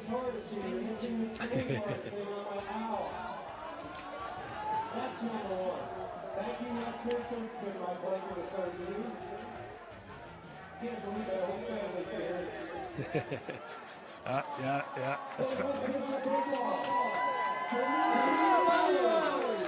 Terry got surprised by his family and friends, and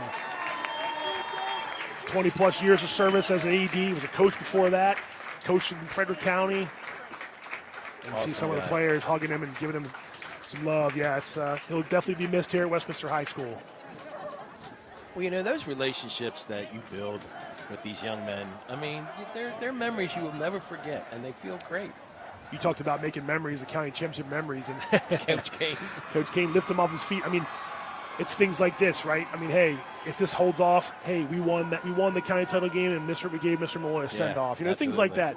It sounds sort of small Cliche. Potatoes, but it's not. Yep. Not to the people on the sideline. Well, and the other part of it is you got to look at the other half. I mean, he's better half. I mean, she's got to have been very supportive for all those years. Absolutely. You know? I mean, as a coach, an AD, you know, you've got to have that support. I mean, you're here early in the morning, and you're here till late at night. No question. More often than not. So, yeah, hats off to Carroll there for being a trooper, because it's not easy. And as a football coach, you know the same thing. It's not easy, nope.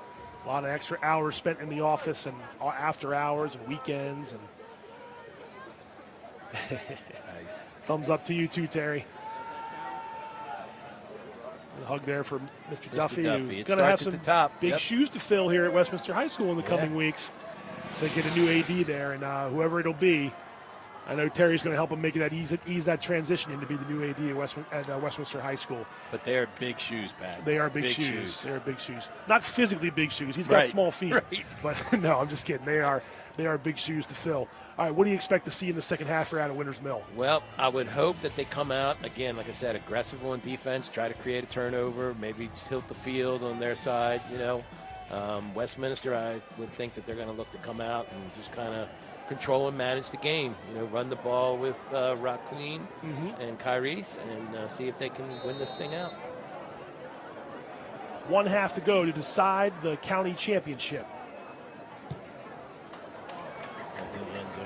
That is always in the end zone. More often than not, when Camden Cook gets his foot into it, it'll be a touchback, and Westminster will start on offense, 1st and 10 from their own 20.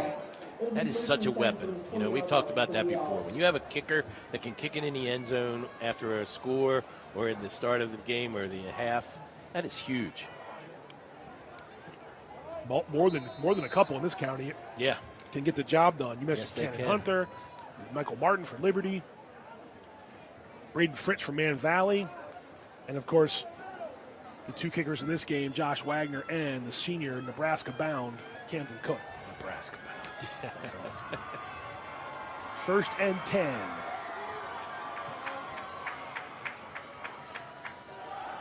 You get a procedure penalty there. Yep. Started quick. Almost a little too quick. Yeah, but we will be watching Mr. Cook on Saturdays. Just like I said to Coach Kent, it's nice watching Nate play a little bit on Saturdays. How about that? Nate Kent doing a great job at Towson. Beat another nationally ranked team last week. I was trying to make some plans to get there tomorrow against Delaware, another nationally ranked team, but Is that one at United Stadium? it's at Towson. Yes, sir. Yes, sir. Take advantage of the nice weather and stay home. Yeah. But don't you have leaves to rake up? Hey, come on, man. The honeydew list. Yeah, right. Yeah, it was against Westminster, so. So back them up 5. There you see Raquan Warfield, 7 carries, 52 yards, and a touchdown already in this game.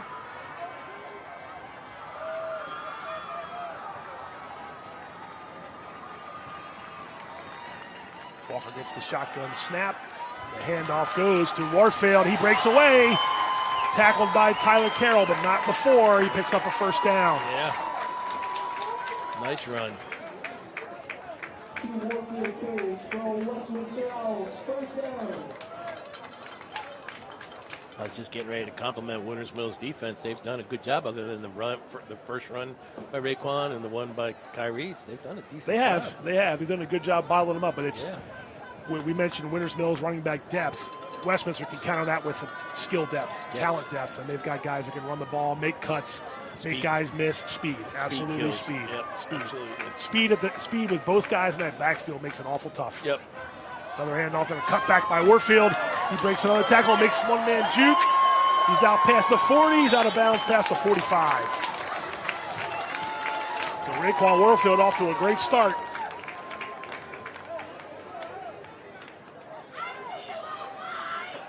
I think another situation where Mr. Kraus has missed here on defense a little bit. Yep. Little stop and go there, froze Nico Baez, and a 16-yard gain by Raekwon Warfield. He's already up near 80 yards rushing for this game.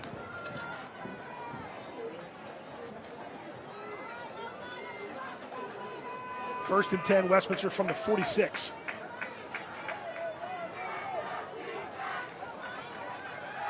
Quick pass caught by Sprinkle in the backfield. Tackle made by Denning, but he crosses midfield into Winters Mill territory. And, Coach, it's early. You got a long way to go here, but Dorsey's down again. You got a long way to go. Rolled up by his own player. Yeah. I was only going to add that Winters Mill can ill afford to give up another touchdown in this game if they want to stick around. No, their defense is going to have to get a big back stiff right here. Yeah, stiffen the backs up. Yep. And you just hope here that's not too serious. Yeah, you don't want to Dorsey go down. Yep. Especially by friendly fire, because I think it was his own man and rolled up on him. Yeah, it happens when you're around the tackle and around the pile. You see coaching staff coming out there to kind of take a look at Clayton Dorsey, who was already a little hobbled from earlier in the game. He's getting up. Good deal. Looks like a lower ankle. Yeah, maybe just a twisted ankle. He's getting helped off, but you don't want to see that. No.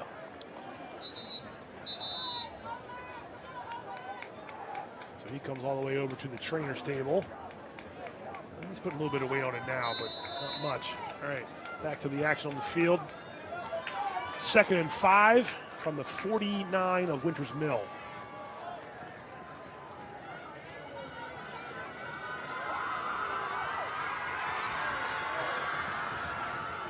Hand off again, Warfield. Nice job there. Tackle made by Paris Lee, but he is close to another first down. If Lee didn't get him, he had room to run. I was just going to say the same thing. He had some room to run. Yes, he did. But good job by Lee, making a 3rd and 1. It's like Westminster's found something on that left side. They have.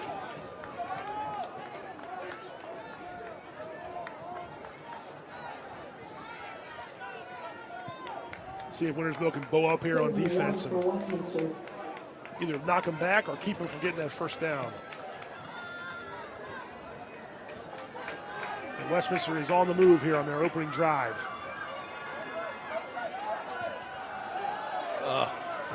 One too many cutbacks, maybe. Nice job there by Winters Mill's defense. That was 61. I'm going to give him credit. Going to be short. Yep. Tyler Easton with that tackle. Oh, he is short. He actually lost a yard. Yes, he did. So there's a bow up there from the Westminster or Winters Mill defense, rather. We'll make it a 4th and 2, back to the 46. Offense going to stay on the field.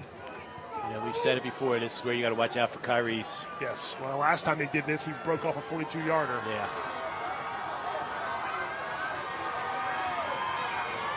4th and 2.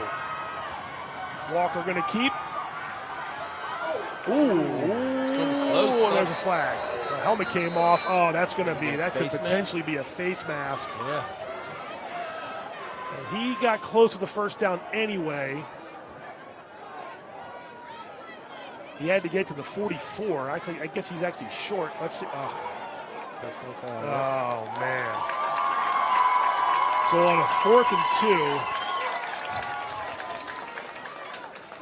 So they end up getting the stop, but they commit the penalty, and that's killer. Yeah, you can't do that. But his helmet can clear off. I mean, usually doesn't happen unless there's a hand in there. Yep. But he stopped them. They had to get to the 44, and the ball was spotted at the 45, so they had done their job. Just an inadvertent hand to the face, trying to take down Kyrese Walker. It's a 15-yard penalty. It'll push him down all the way to the 30-yard line.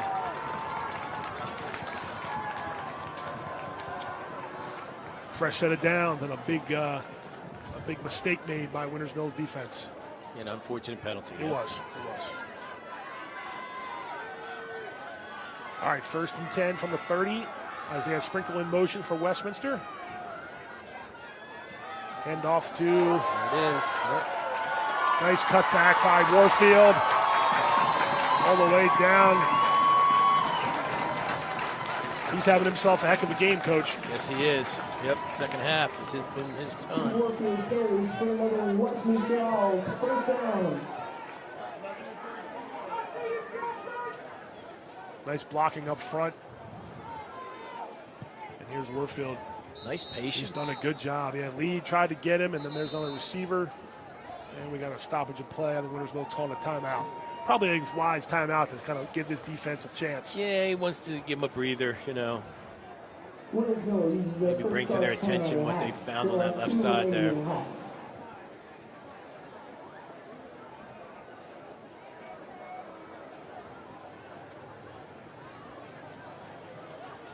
So we 1st and 10 Westminster all the way down at the 12-yard line. This drive started at the 20 of Westminster, and they're already inside the red zone of the Falcons.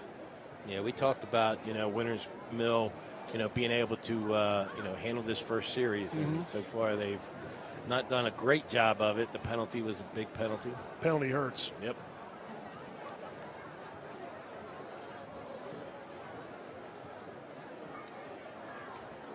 Over 100 yards now rushing for Raekwon Warfield.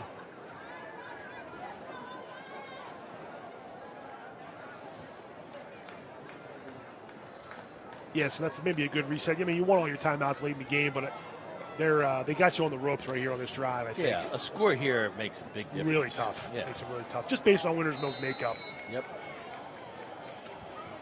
All right, 8:16, 1st and 10. 8:16 to go, 1st and 10 from the 12.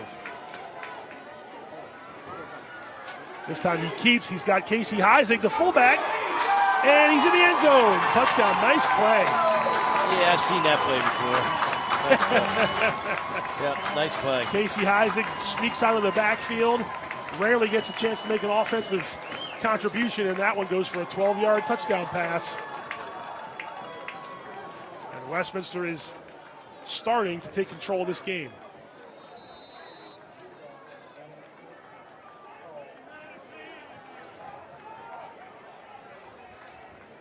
Extra point will make it 21-2.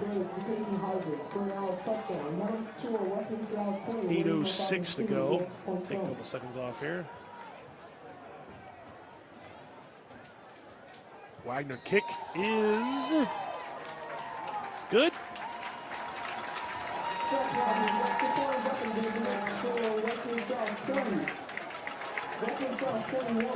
All right, Coach, so the Owls have scored 3 touchdowns in this game.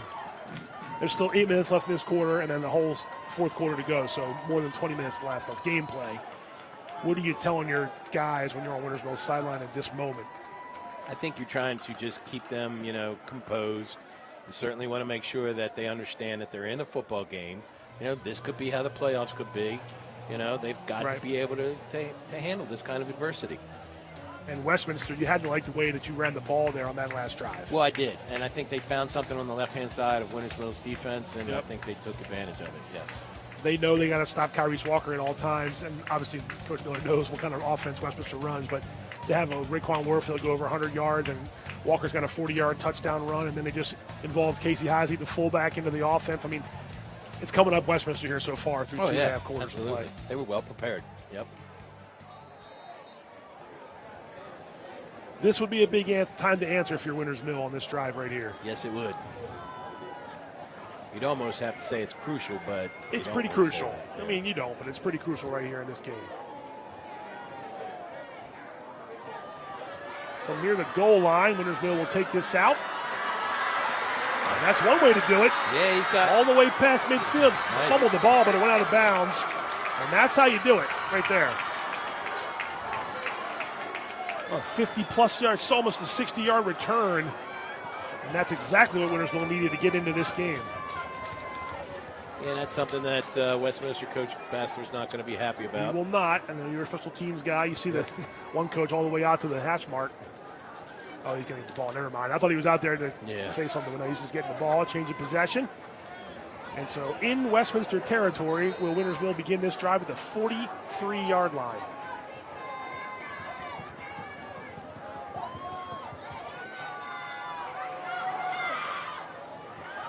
That's a pretty good run on first down. Yeah, Winters Mill's obstacle is going to be is that they're not a huge, big play type offense. Right. You know, they like to ground and pound and, you know, wear you down in 3, 4, 5 yards at a time. They have a stable of running backs that they can switch in and out. And you still have time to do it, but then I'm saying you got to when you're doing these, you have to do it quickly. Yes. Because you got to get the ball back 3 times here after this to take the lead. Another run here to Paris Lee. He's finding some room there on Westminster's left side of the line. That's a first down.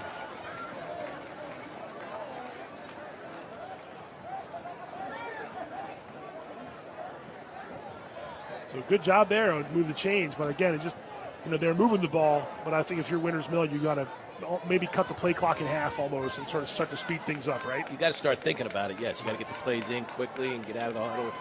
Right. Yep. And first things first, you got to score. Yes. Yes. And you may even be going for 2 here at some point. Hey, but there's no quit in this Falcon team. There is not. Big crowd on hand to watch them. We saw this toss play earlier. Nice block there. Lee gets the second line. Westminster closes on him, however. So positive yards, but Heisig and... Still picked up 4. He did. Heisig and Seth Combs, number 31, in to make that tackle. But that toss last time went for 20 yards. This time it only went for about 6. Or call it 5, I guess.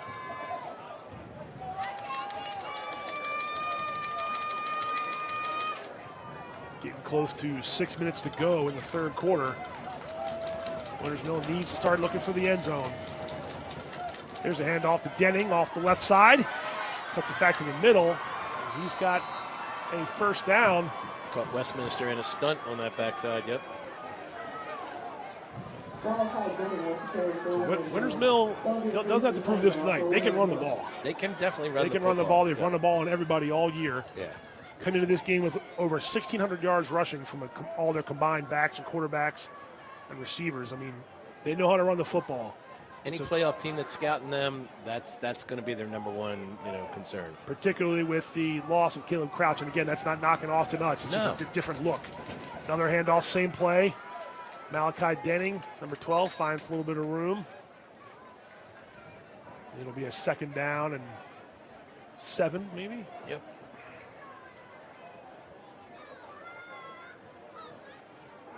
We'll call it second and 6. So they have the ball. They have the ball at the 15-yard line.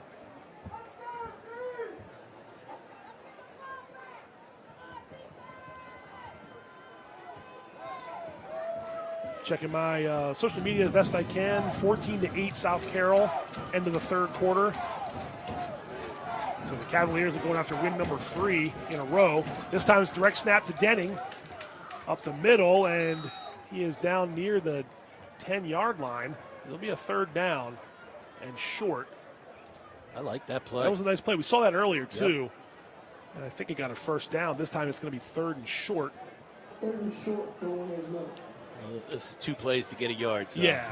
And we're talking about all this. Got to get, you got to get the end zone first before you can start thinking about how much time's left, things like that. Yep. It's a direct snap to Denning again. Another one. A Wildcat dropped the ball. Loose ball. Westminster says they have it. No signal yet. And they do. Well, that's what you couldn't do right there. And nope. Westminster gets the ball. Recovered by one of their linemen, and the first turnover of the game goes Westminster's way, and that's a backbreaker if you're Winters Mill after that nice drive. Yeah, it's a stake in the heart, definitely. Almost.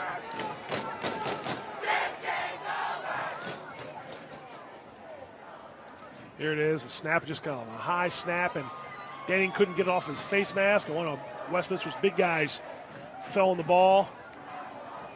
And 1st and 10 now, Westminster with 4:11 to go.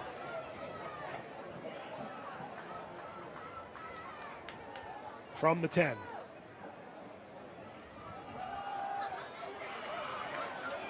And handoff up the middle to Raquan Warfield. And that one hurts. That drive, that end of that drive really hurts if you're Winners Mill. Yes. We have one to play by Westminster, makes it 2nd and 8.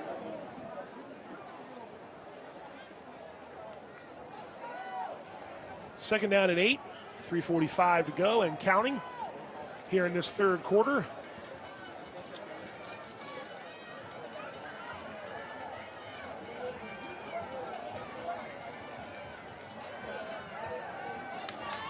And off again. That time it was 18 for Westminster. I think that's Canton Rudders.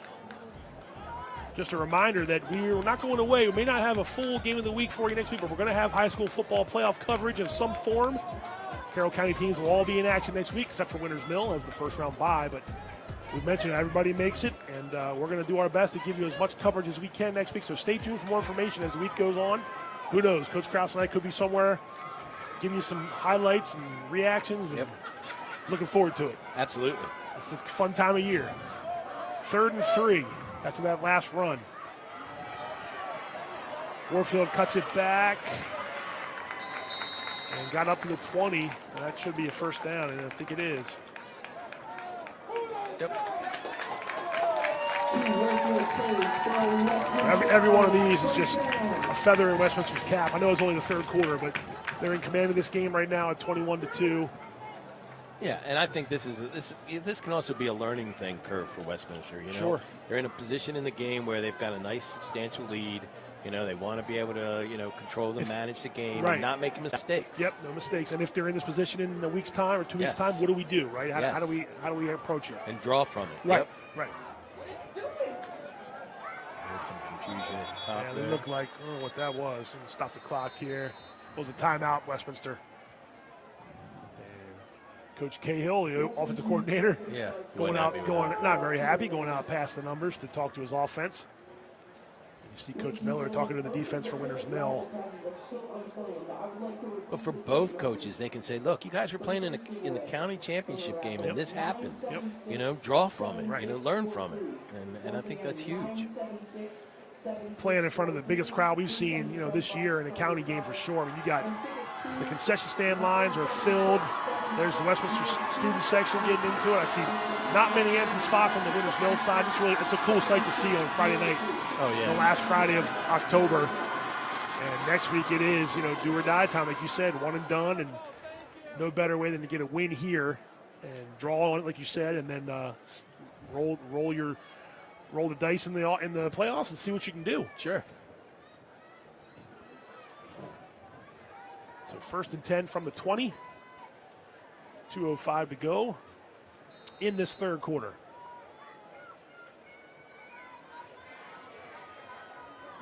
It looked like some movement up front. Anyway, the pass is caught by Rudders. He stays in bounds. He gets out past the 30. That's a first down.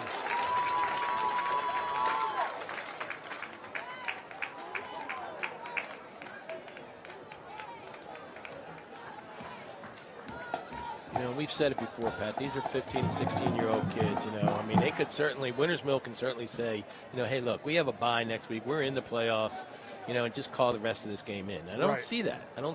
So it's, credit to Coach Miller and his staff. These kids are still playing hard. Yep.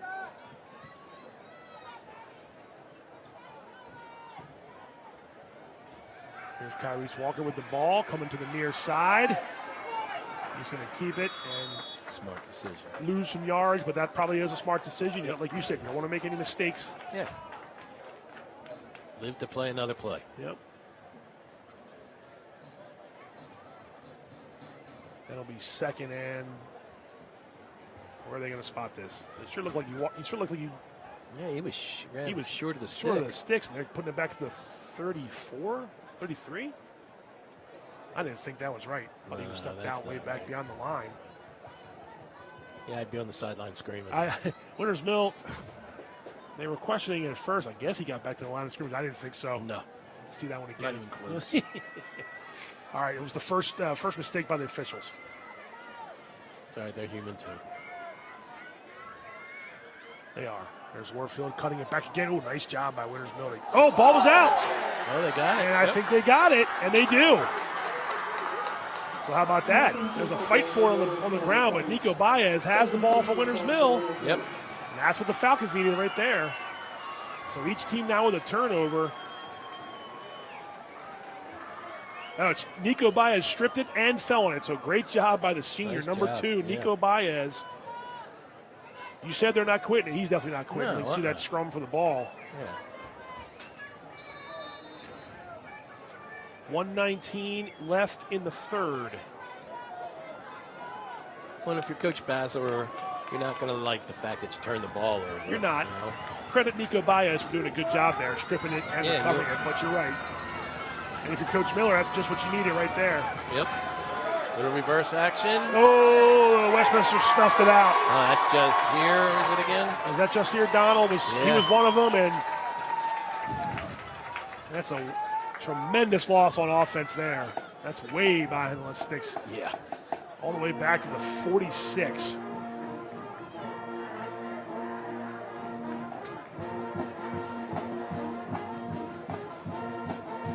Jalen Jones came in. That was actually 23, John Manley, who made the tackle there, but I think you're right. Yeah, Donald was back there, too. Yep.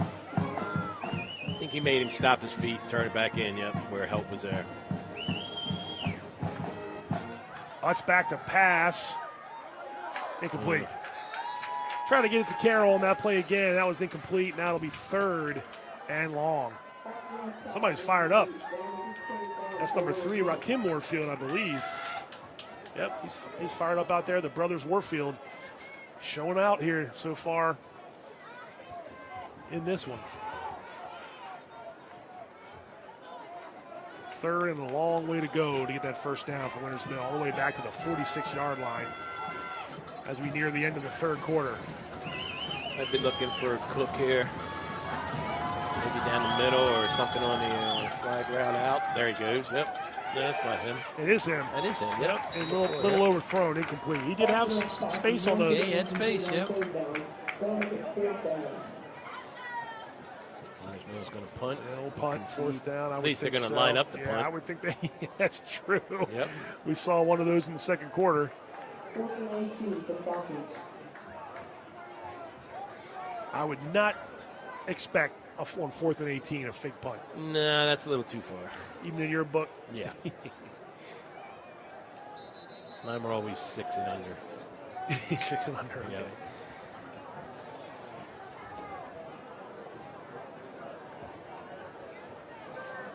And you see Cook back there. Ready to punt. See if he can do his best coffin corner here. Winters Mill needs to stay off the punter. Or, I mean, Westminster, yep. Yep.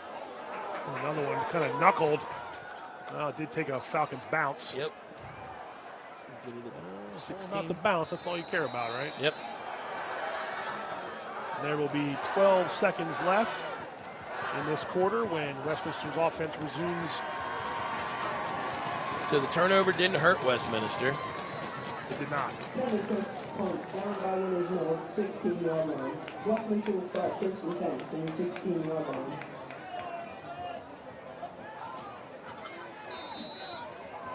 $12 seconds left here in the third quarter.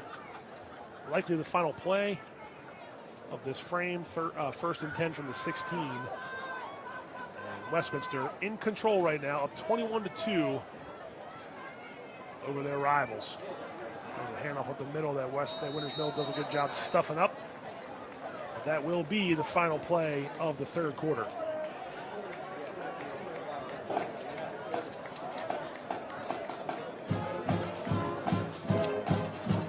Three quarters in the books. 1 quarter to go. County championship on the line. Westminster 21, Winters Mill 2. The Owls pitching a shutout except for the safety. Sort of on their own, at their own doing, but it's been all Westminster, Coach, and I think we've seen their ground game sort of give Winters Mill a taste of its own medicine. Yes, they have. And I think that, even though the score doesn't reflect it, again, I think it's been a good football game. It's Carroll County football. It's any given Friday night, anybody can win. Yep. So, look at the rushing yards there. It's right pretty close, even with the 2 big plays at Westminster. Not a lot of passing yards tonight, but over 200 yards of offense for Westminster. Yep, even in Winters turnovers. Mill about to 180 or so.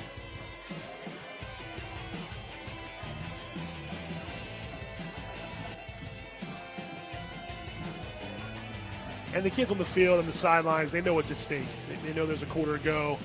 They know that both sides know they want to finish strong here. Yeah, no doubt. No doubt.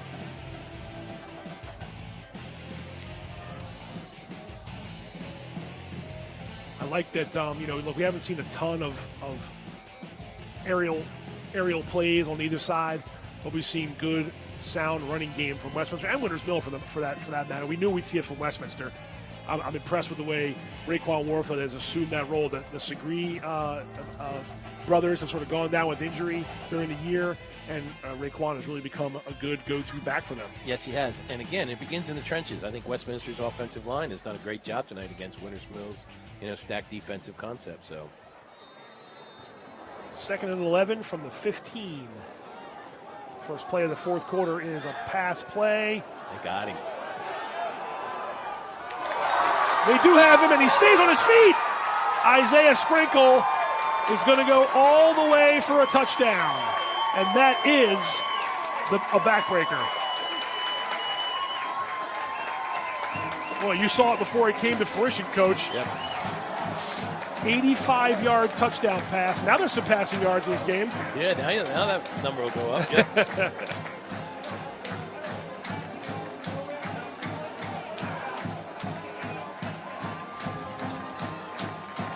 Job by Sprinkle to stay focused on the football. That was a heck of a play, too, because the defense was there and the tackle was being made. And Sprinkle kept his feet, and we've seen big plays out of Sprinkle all year. We saw the kickoff return earlier in the year to help them beat Franklin. He's played good defense along the way, and that was just a nice go up and get it and stay on your feet and use your speed. That kick is good. I believe. Oh, no, it's no good. Pardon me. No good. Left. So here's that play, Coach. You saw he had space when Walker got rid of the ball. And Tyshawn Brown with fairly good coverage and a nice job to hold on, and Sprinkle just out-muscled him for the touchdown. Good concentration on his part, definitely. Like I said, that's a real backbreaker for Winters Mill. Again, their offense is not made to, put big points on the board. Yeah, I mean, it can score. There's no doubt about it. Oh, yeah. But as they're presently constructed, they're just not really made to come back from a 26-point deficit. Correct. Absolutely. And I didn't say this either, and we said this a bunch already. They're 8-0 for the first time ever. This has been a fantastic season for Winters Mill. It's by no means a tremendous, huge blow or anything like that. This is just the better team right now is winning this game. Yeah, I mean, I don't think, now we're talking about 3 big plays.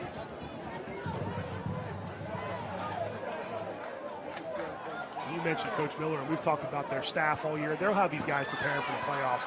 There's no doubt in my mind. Another nice run back by Tyler Carroll, number 5. He's done a good job on special teams. That's the kind of play you like. Yep, Coach Baster's going to be on his special teams coordinator, I can tell you that. He's not going to be happy. Can't afford that in the playoffs. That's Can't right. get field position like that. That's right. If not for the 27-2 lead, I think we'd see him a little more fired up. Yeah, probably so. That's all the way up to the 46-yard line. I think that's back-to-back 50, or not 50, but 45 and 55-plus yard returns. So now it is desperation time for Winters Mill with a whole quarter to go still, but you're down by 26 points. Yeah, 25 points. But again, I'm going to tell you that, don't go outside of your MO, Yep. I you mean, want to see them continue to start. You talked about you want to be playing your good football at this time of the year. Stay disciplined in what you do. And there's a run there by Paris Lee, so it's doing their best to get. Just hope you get out healthy. You want to play well, and obviously the goal is to win the game. Sure. But I think if you're Winters Mill here too, you want to end this game strong. You want to end it with seeing what you can do in the weeks to come. Yeah, look, reality's reality, you know? Yeah. I mean, you're not going to come back and win this one more than likely. No, not with your current makeup of your roster that you say. You're not made like that. 21-8 South Carroll, fourth quarter, early score. Williamsport 8, Man Valley 6. That was the score at the end of the half. Oh, wow. That's Manchester. That was a shocker. It's a low-scoring game. Here's a nice run by Paris Lee. He's not done yet. He gets a first down, and they're going to keep the clock running. But a first down for Paris Lee, who's having a good game. He's inside Westminster territory now. From the 38-yard line. 42-yard line. Middletown leading Walkersville 20-14 in the fourth quarter. Oakdale 42, Tuscarora 3. A couple scores they just happened to stumble across there. So scores that Carroll County teams are going to be watching. A tough year for Coach Hines and Tuscarora stepping back in. Yep. There's Utz. I like his play. And they got it to work this time. Malachi Denning makes the catch. Nice job. And he's out past the line to gain, I believe.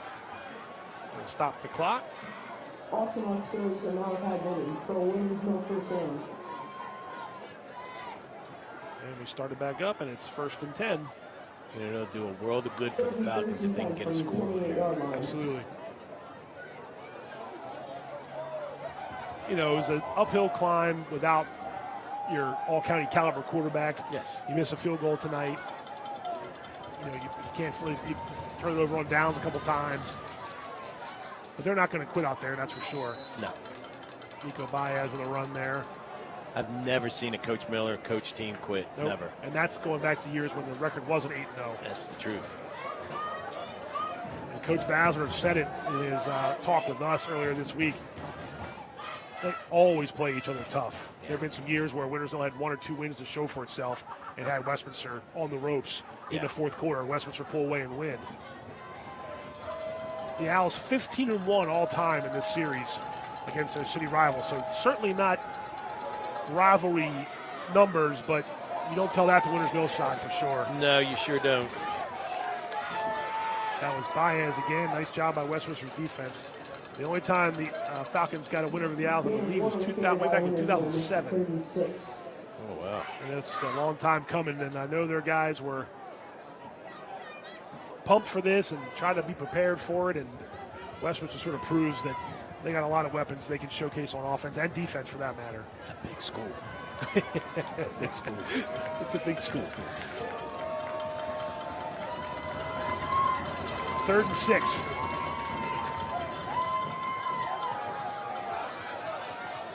Waggle again, that time caught. You're going to give him the catch. These don't look like big plays, but they're confidence builders for their young quarterback. Oh, incomplete. Okay, that was an incomplete pass. I thought it was caught. So did I. On the sideline, I guess, incomplete. Yep. So 4th and 6. But you're right; those sorts of plays going to pay dividends down the line for whoever's out there on the plays in 2 weeks' time. And Wintersville will be home for their first-round playoff game, which will be the second round of the playoffs. So Wintersville will, I'm sure, will show up. They've been big crowds all year at the Falcons' nest. There's pressure on Utz, and that ball is intercepted. And he's got some room to run down the sideline. Got an escort too. Oh. Taken out of bounds.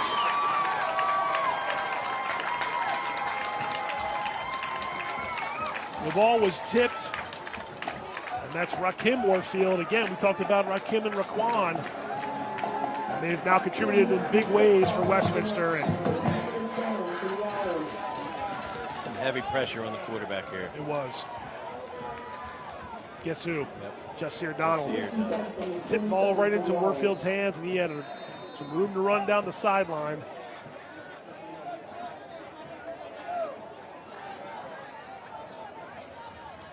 $8:10 to go in the fourth quarter, and Westminster trying to put the finishing touches on a county championship win.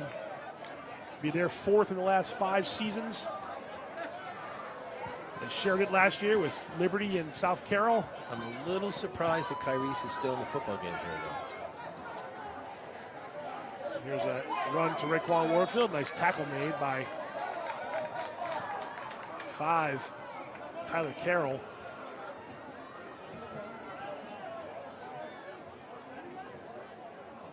So we had a gain of 5. Yeah, I mean, it's a county title, and I know they want to be out there to win it, but there is some of that, how long do we leave the guys in? You're going to win the game. You've got games to play next week. Yep. No, Wintersville's not going to do anything on purpose to do anything to anybody, but you just never know what happens in football. No. Clayton Dorsey, example 1, he's laying over here on the sideline with a spring get rolled up, yep. So anyway. South Carroll lost Manny Rodriguez late in the game, the fourth quarter. Another run by Westminster. That'll be down to a 3rd and short situation.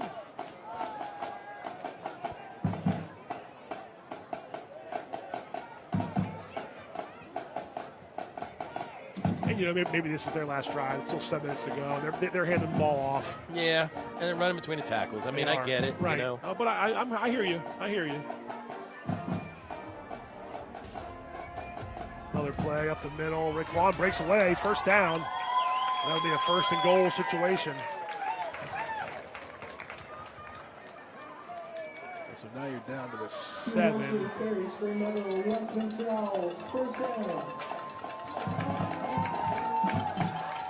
I saw enough non-contact injuries in my time, so sure. I just hate to see that. Sure.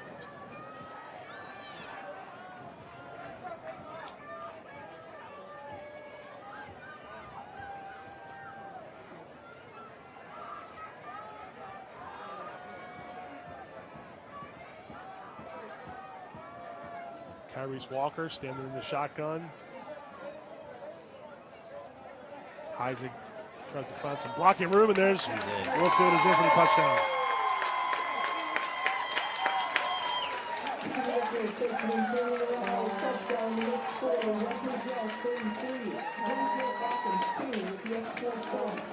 Have a night.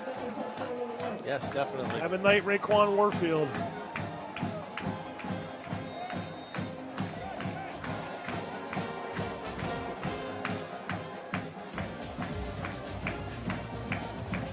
Wagner will try to add an extra point here. And that probably will be the last time we'll see some of those guys on offense. Well, I think I would walk over and take Kyrese's helmet from him. Say, you're done, son. And that kick is blasted through the uprights. Good.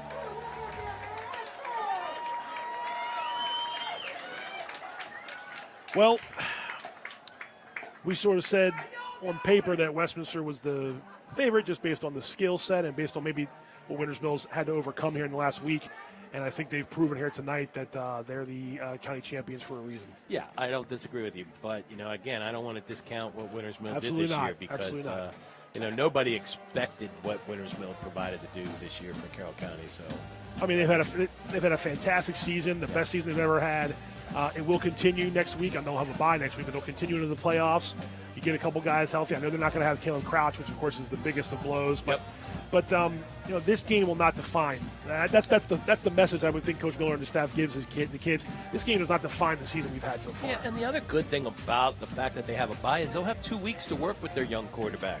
You know, give him a chance to, you know, kind of watch some film and see what he did, what he didn't do, what he's up against, you know. Warfield, 20 carries, $139, and 2 touchdowns. Nice night for him. Heck of a night. Oh. End zone, it's a touchback. No harm, no foul. Almost could have been bad news. Yeah, could have been, At the 1 yard line. 1 yard line, yep. He did touch it, so 1 second come off. Well, the fans are going to celebrate, serenade Winters Mill a little bit. It's a rivalry game.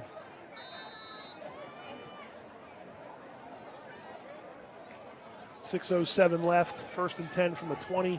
34-7. Westminster in full control. 34-2. I want to give 7 all the time. Yep. 34-2 in full control. I'm not used to seeing that too, Coach. That's odd. It is odd. Actually, it's even. Yep. Nico Baez with a nice run. Nice run. Yep. 9 yards on the first down. And again, it's what can we do here in the final 6 minutes if you're Winters Mill to sort of put something together, maybe, hopefully score. If not, move the chains, get the ball into Westminster territory, and come away with something to work on over the next 2 weeks. You want to practice your quick game. Yeah, absolutely. You want to get in and out of the huddle because you don't know if you're going to have to use that. 5:40 to go. 5:40 to go.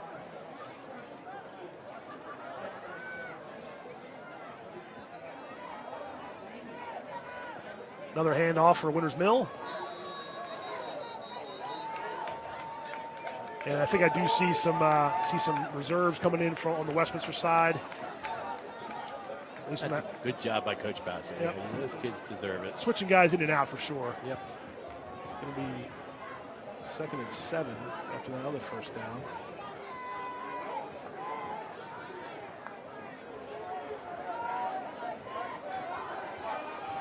Five minutes to go in this game. Utz back to pass, trying to get the ball to it. Oh, nice catch. Nice catch. Nice job, yeah. Number 9, Aaron Jones.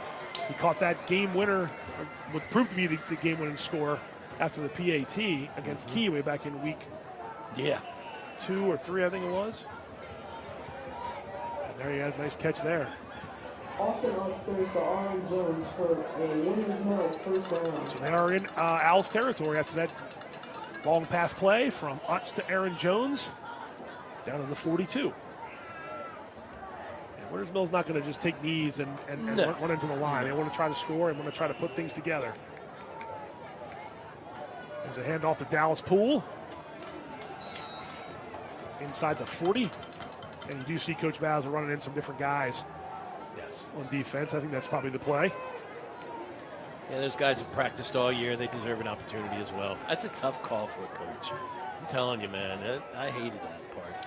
Yeah, I mean, you can't really turn around too often when you're the head coach, but you want to turn around and see who do I have, and your assistants are going to help you. Hey, 20, he's ready to go in, and you hope he's ready to go. And you see Bowser right now turning around and talking to some guys. He's got some guys right on his hip, so he wants to get him in there as much as he can. Seniors too, right? Yes, especially on this senior night. Yeah, definitely on senior night. It was senior night here. Yeah, it was senior night here at Ruby Field. There were 15 of them were recognized before the game, and the trainer. Here's a nice run. Corner, he's got it. He does have the corner. Nico Baez cuts it back.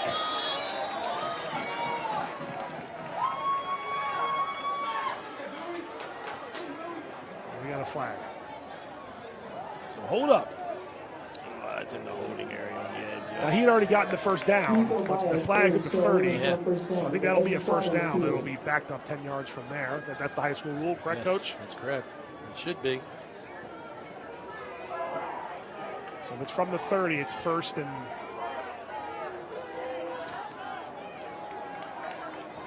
No, first and long.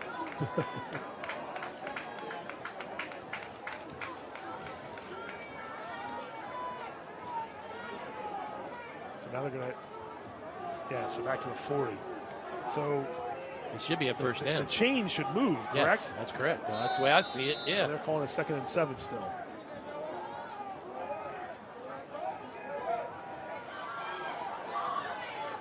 Another nice run there. Malachi Denning stepped out of bounds, but he got a first down, took a big hit.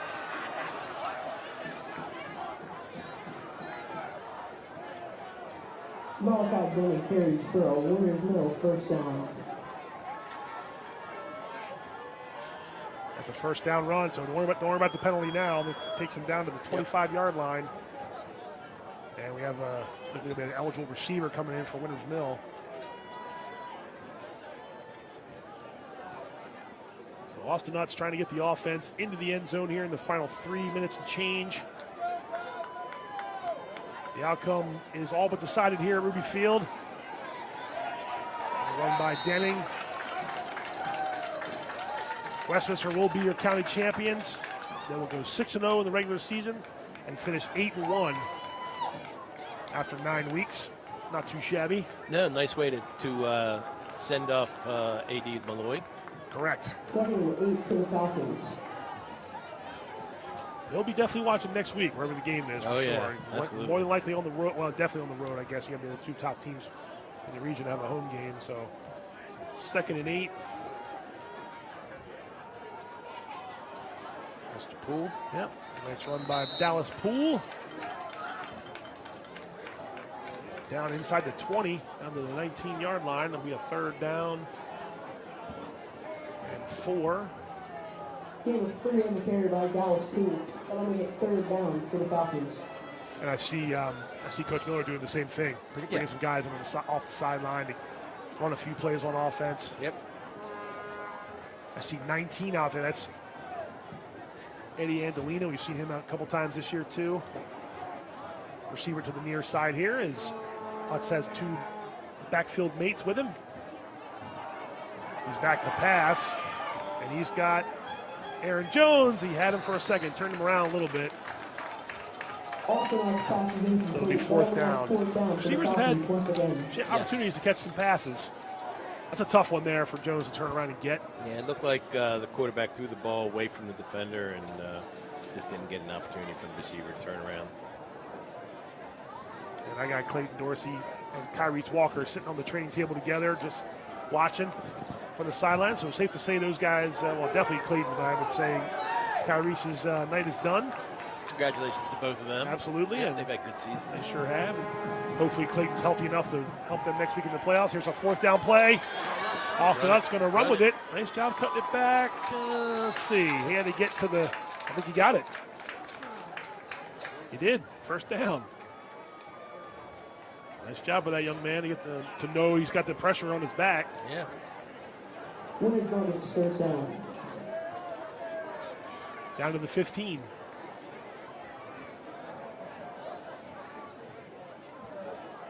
So they run their quick offense here, try to see if they can do something in the final 90 seconds. You know, again, I think if they get a score here, it'll do them wonders for moving forward. Mentally, physically, the whole thing, right? Something to build on. Absolutely. There will be football next week, and there will be football in 2 weeks for Winters Mill.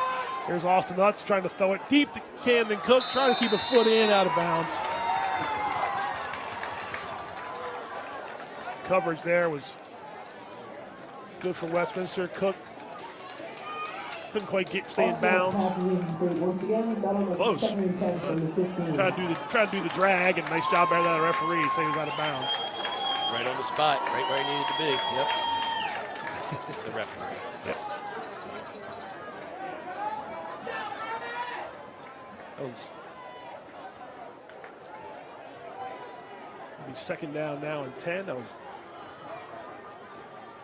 TJ Wills, I believe, number 19. That's intercepted, I believe, right near the goal line. Who was it? 14?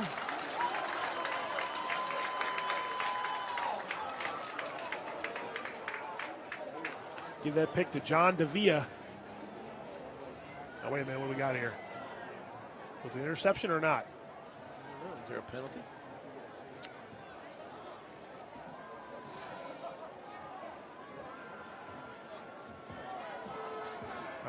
Yep, there was. So hold on now. There was a flag thrown. The receiver, the interception doesn't stand. Wintersville keeps the ball on offense. It'll be 2nd and 5.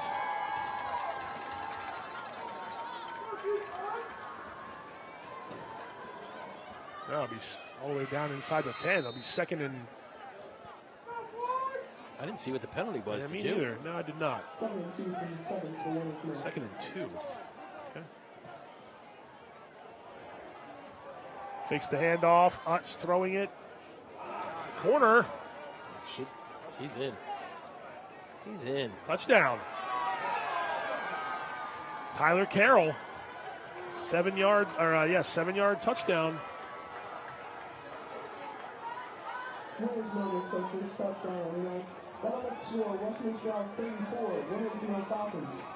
And so there's that little bit of momentum you were talking about. Not momentum in the game tonight, but just. It's just good for the practice. Yep. They'll come in tomorrow morning and they'll say, yeah, we lost. But, right. Hey, we put some points on the board.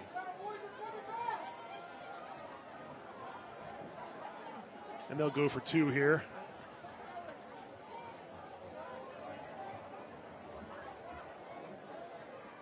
So I would just kick 34-8, yeah. Try to play again, trying to work on something maybe. Yeah, maybe. Just a straight run by Paris Lee. I think he's in for 2. Yep. And with 58 seconds to go,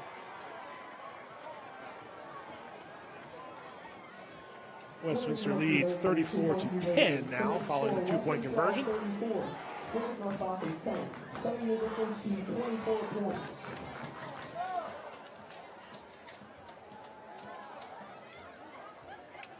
So again, the outcome's decided. Westminster win this game, be the county champions. Want a quick drive like that. If you're looking for some positive in your winner's mill, that's your positive right Absolutely. There. Like I said, that's something that you'll go into, your down week of practice and talk about, hey, we didn't give up. We scored some points. Right. For Westminster, maybe they're just going to, pick apart, the fact that that they allowed that touchdown. They won't be happy about that. Yeah, and there were some twos in there, I think, for Westminster, maybe on both sides. But it'll be something we can talk about. And speaking of talking about, every Wednesday we talk about Carroll County High School sports. 7 o'clock premieres each episode of our CMSportsNet weekly show called Game On. And next week, you can be assured, will be all about the playoffs. So join us every Wednesday at 7, CMSportsNet weekly show Game On. And yes, I'll have a podcast this week, Mr. Duffy. Don't worry. Good to hear. Good to hear. 58 seconds left in this game. Westminster will win this county championship. Winners Mill will suffer its first loss. Camden Cook trying for the onside kick. The ball bounced past the first line, but it went out of bounds. Winners Mill had a chance to touch it, or recover, I should say.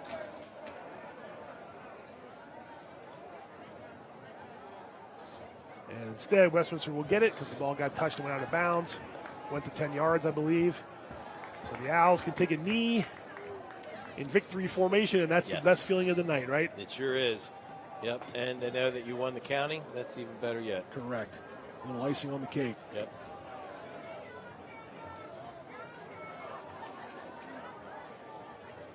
Man Valley, here's a final score. Braden Fritz with the game-winning field goal. Man Valley beats Williamsport 16-14. Big win for Manchester Valley.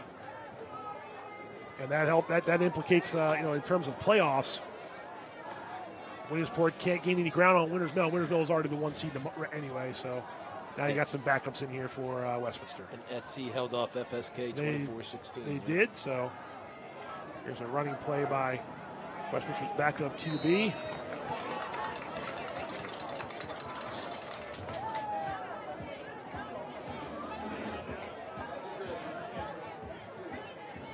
That's Rory O'Connell, sophomore quarterback.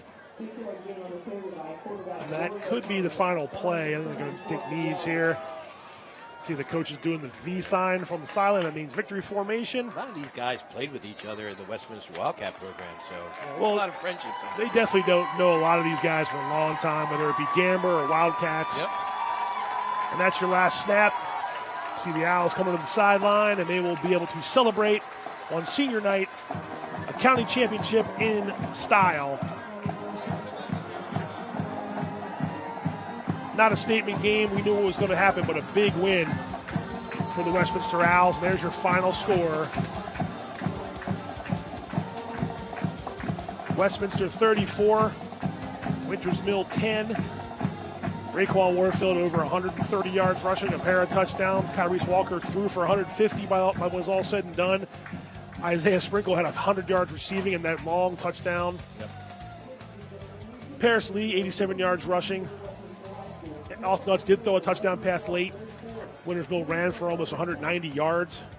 Westminster almost matched them at 176. I mean, that was a game that was a lot of trench work on both sides. Westminster prevailed. And now, two teams know each other very well, wish each other well, and they go on and they see what they can do in the regional playoffs. Yes, and as a former head coach in this county, congratulations to both programs. Great seasons. Yep. And now the second season starts. I was just going to say, not over yet. Nope. Westminster can celebrate that county title, but they won't celebrate for long if I know Coach Bowes will be ready to go for next week in the first round of in their terms, it's 3A West playoffs. You see Westminster celebrating there. And deserving so. Absolutely. Absolutely. They won this game going away 34-10, and you want nothing more than to beat your rivals and win the county championship, and they did both in one win. And if you're Winners Mill and you're taking this knee out there in the end zone, again, I think I know Coach Miller's mindset pretty well. This isn't going to define us. This is not the end of our season by any stretch. We're going to learn from this game and see what we can do in 2 weeks' time. I was just going to say, we're going to learn from the mistakes that they made in this game, yes, and the things that they can get better at. Yep. Your final score, Westminster 34, Winters Mill 10. The Owls are your Carroll County Athletic League champions outright with a convincing win, and they move to 6-0 in the county, 8-1 in the regular season. Their winning streak is pushed now to 7 games. Winters Mill drops to 8-1. Their first loss of the season comes in the final week. They had won 8 in a row. Their best winning streak ever, their best regular season ever. We've talked about Winters Mill, and rightfully so, all year. You know, we saw the 2 best teams in Carroll County go at it tonight, and we saw Westminster prevail. We did.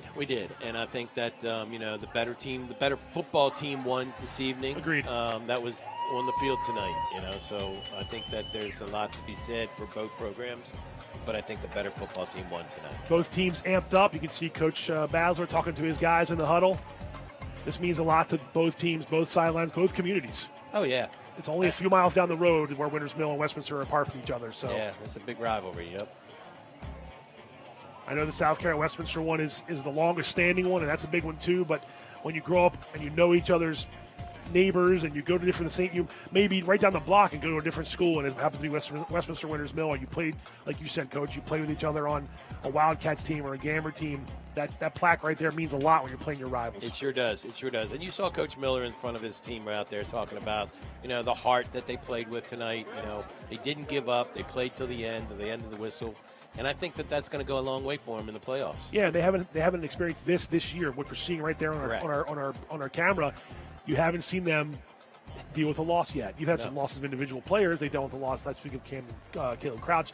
How will they respond from their first loss? Adversity is tough. Yes, when we lost to Liberty, it was a big letdown. Ended your long losing streak, or winning streak, yeah. But we talked about dealing with it and getting past it. So putting it behind you, and coming out and playing next week. So and you guys got to a state quarterfinal. Yes, so we did. It wasn't like it. Again, I mentioned it already. Winters Mill, their goal, I would think, is not to let this game define them. You didn't let that game define you guys last year. It was a regular season loss. You still won a piece of the county title, and you were one of the last 8 teams in 2A, 1A for the second year in a row. Yes. There's your final team stats. And like we just mentioned, some of the individual guys, the 2 turnovers for Winters Mill, but 187 rushing yards. More rushing yards than Westminster. Now, Westminster got the passing game going, and 85 of that on one play. Yes. So a very evenly played game. That score does not show it, but 34-10 final score, and you wouldn't know it if you looked at some of those team stats. You'd have to watch this broadcast to find out why the score was what it was. Right. Because you can see 3 or 4 big plays that Westminster was able to have tonight and made a big difference. Speaking of broadcasts, it's been a Thank pleasure you, sir. all My fall, pleasure, man. absolutely. Thanks for letting me do this. Absolutely. Coach Kraus wanted to be a part of our broadcast, to stay involved. Not that he doesn't to stay involved too much with Carroll County football, but we appreciate your insight and your expertise on this journey. Hey, who knows? Maybe we'll be back in another week or two to do some more of these. But we'll definitely stay connected, and we do thank you at CMSportsNet for helping us out on the broadcast. Don't go anywhere. I'm going to head down to the field, talk to one of the players of the game, and then we'll leave with some of the highlights from this one. Westminster, your county champions, 34-10 over Winters Mill. Stick around. The CMSportsNet post-game coverage is coming right up. Hungry? Genova's to go. Pizza, pasta, subs, and more. Fresh hot pizza right from the oven. Genova's to go. A mouth-watering cheesesteak just off the grill. Genova's to go. Fresh baked bread and plump wings seconds from the fryer. Genova's to go. Genova's to go carry-out, delivery, mobile device, and online ordering is available at all locations. Westminster, Hampstead, Manchester, and our newest dining room in Eldersburg. For lunch, dinner, or any time in between. Genova's to go.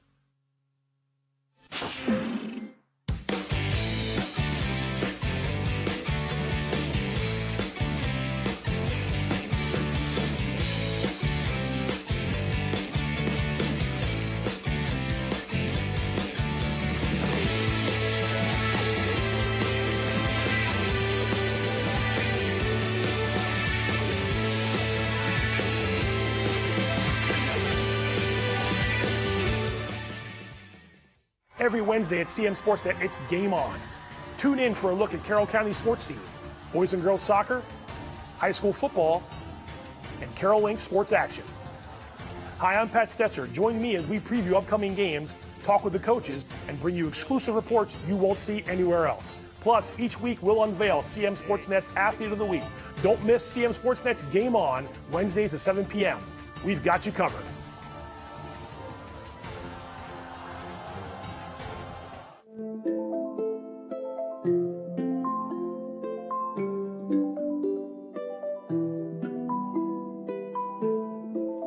As we begin the school year, 25,000 students will be returning to Carroll County Public Schools. While this is an exciting time for those of us in the school system, we do want to remind the community that our number one priority is keeping our students safe. The activity level on and around the roads increases greatly at this time.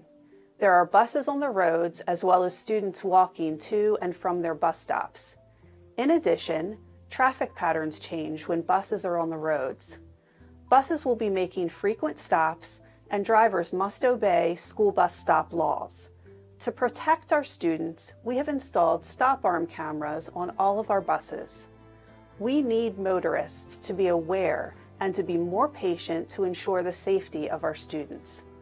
Let's keep our students safe and let's have a great school year. Hey there, I'm Pat Stoetzer.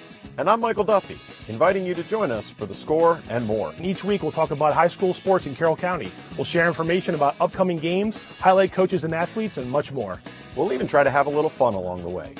Don't miss The Score and More podcast presented by CMSportsNet. The Score and More Sports podcast is available online at carrollmediacenter.org and on a variety of podcast channels.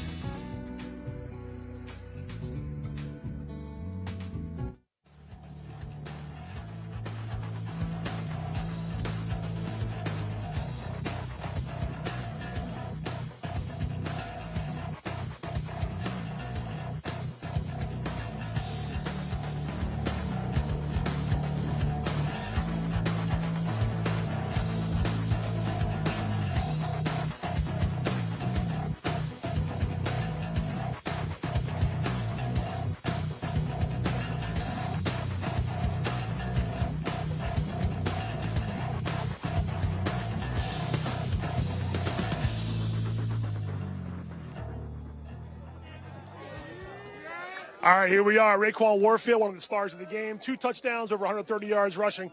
Raekwon, you knew how big this game was going to be. Winters Mill, rivals, county championship. How'd you guys take all that emotion and put it into a big victory like you did? We came here on a Monday practice, knew it was going to be a tough game, had to get done what we was going to do.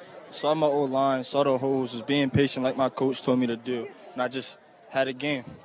You've become the go-to back here. Some guys have gone down with injury. You filled that role, filled it nicely. How do you prepare for that mindset of, hey, next man up mentality, and you just get in there and get the job done? Next man up. I know I just had a chip on my shoulder going there.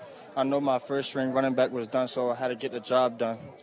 That being said, you got a huge winning streak going into the playoffs, and now it's going to be one and done the rest of the way. What do you guys have to do in terms of getting that mentality of we want to go further than we did last couple of years? That's what you guys talked about in the preseason. Have great practices, not no mess around practices and stuff. How pumped are you to have this county championship back to Westminster again? Very excited. Very excited. Well, go enjoy it, man. I appreciate it. Thanks very much. There he goes. Raekwon Warfield, one of the stars of the game. Westminster, the county champions, 34-10. I'd like to thank Mike Kraus again for helping us all year on the CMSportsNet Game of the Week broadcast. We're going to leave you with the highlights from the game, and we'll be back for the playoffs, so don't go anywhere in the next few weeks. CMSportsNet's going to have postseason playoff coverage for you. I'm Pat Stoetzer. Have a good rest of your weekend. Thanks very much.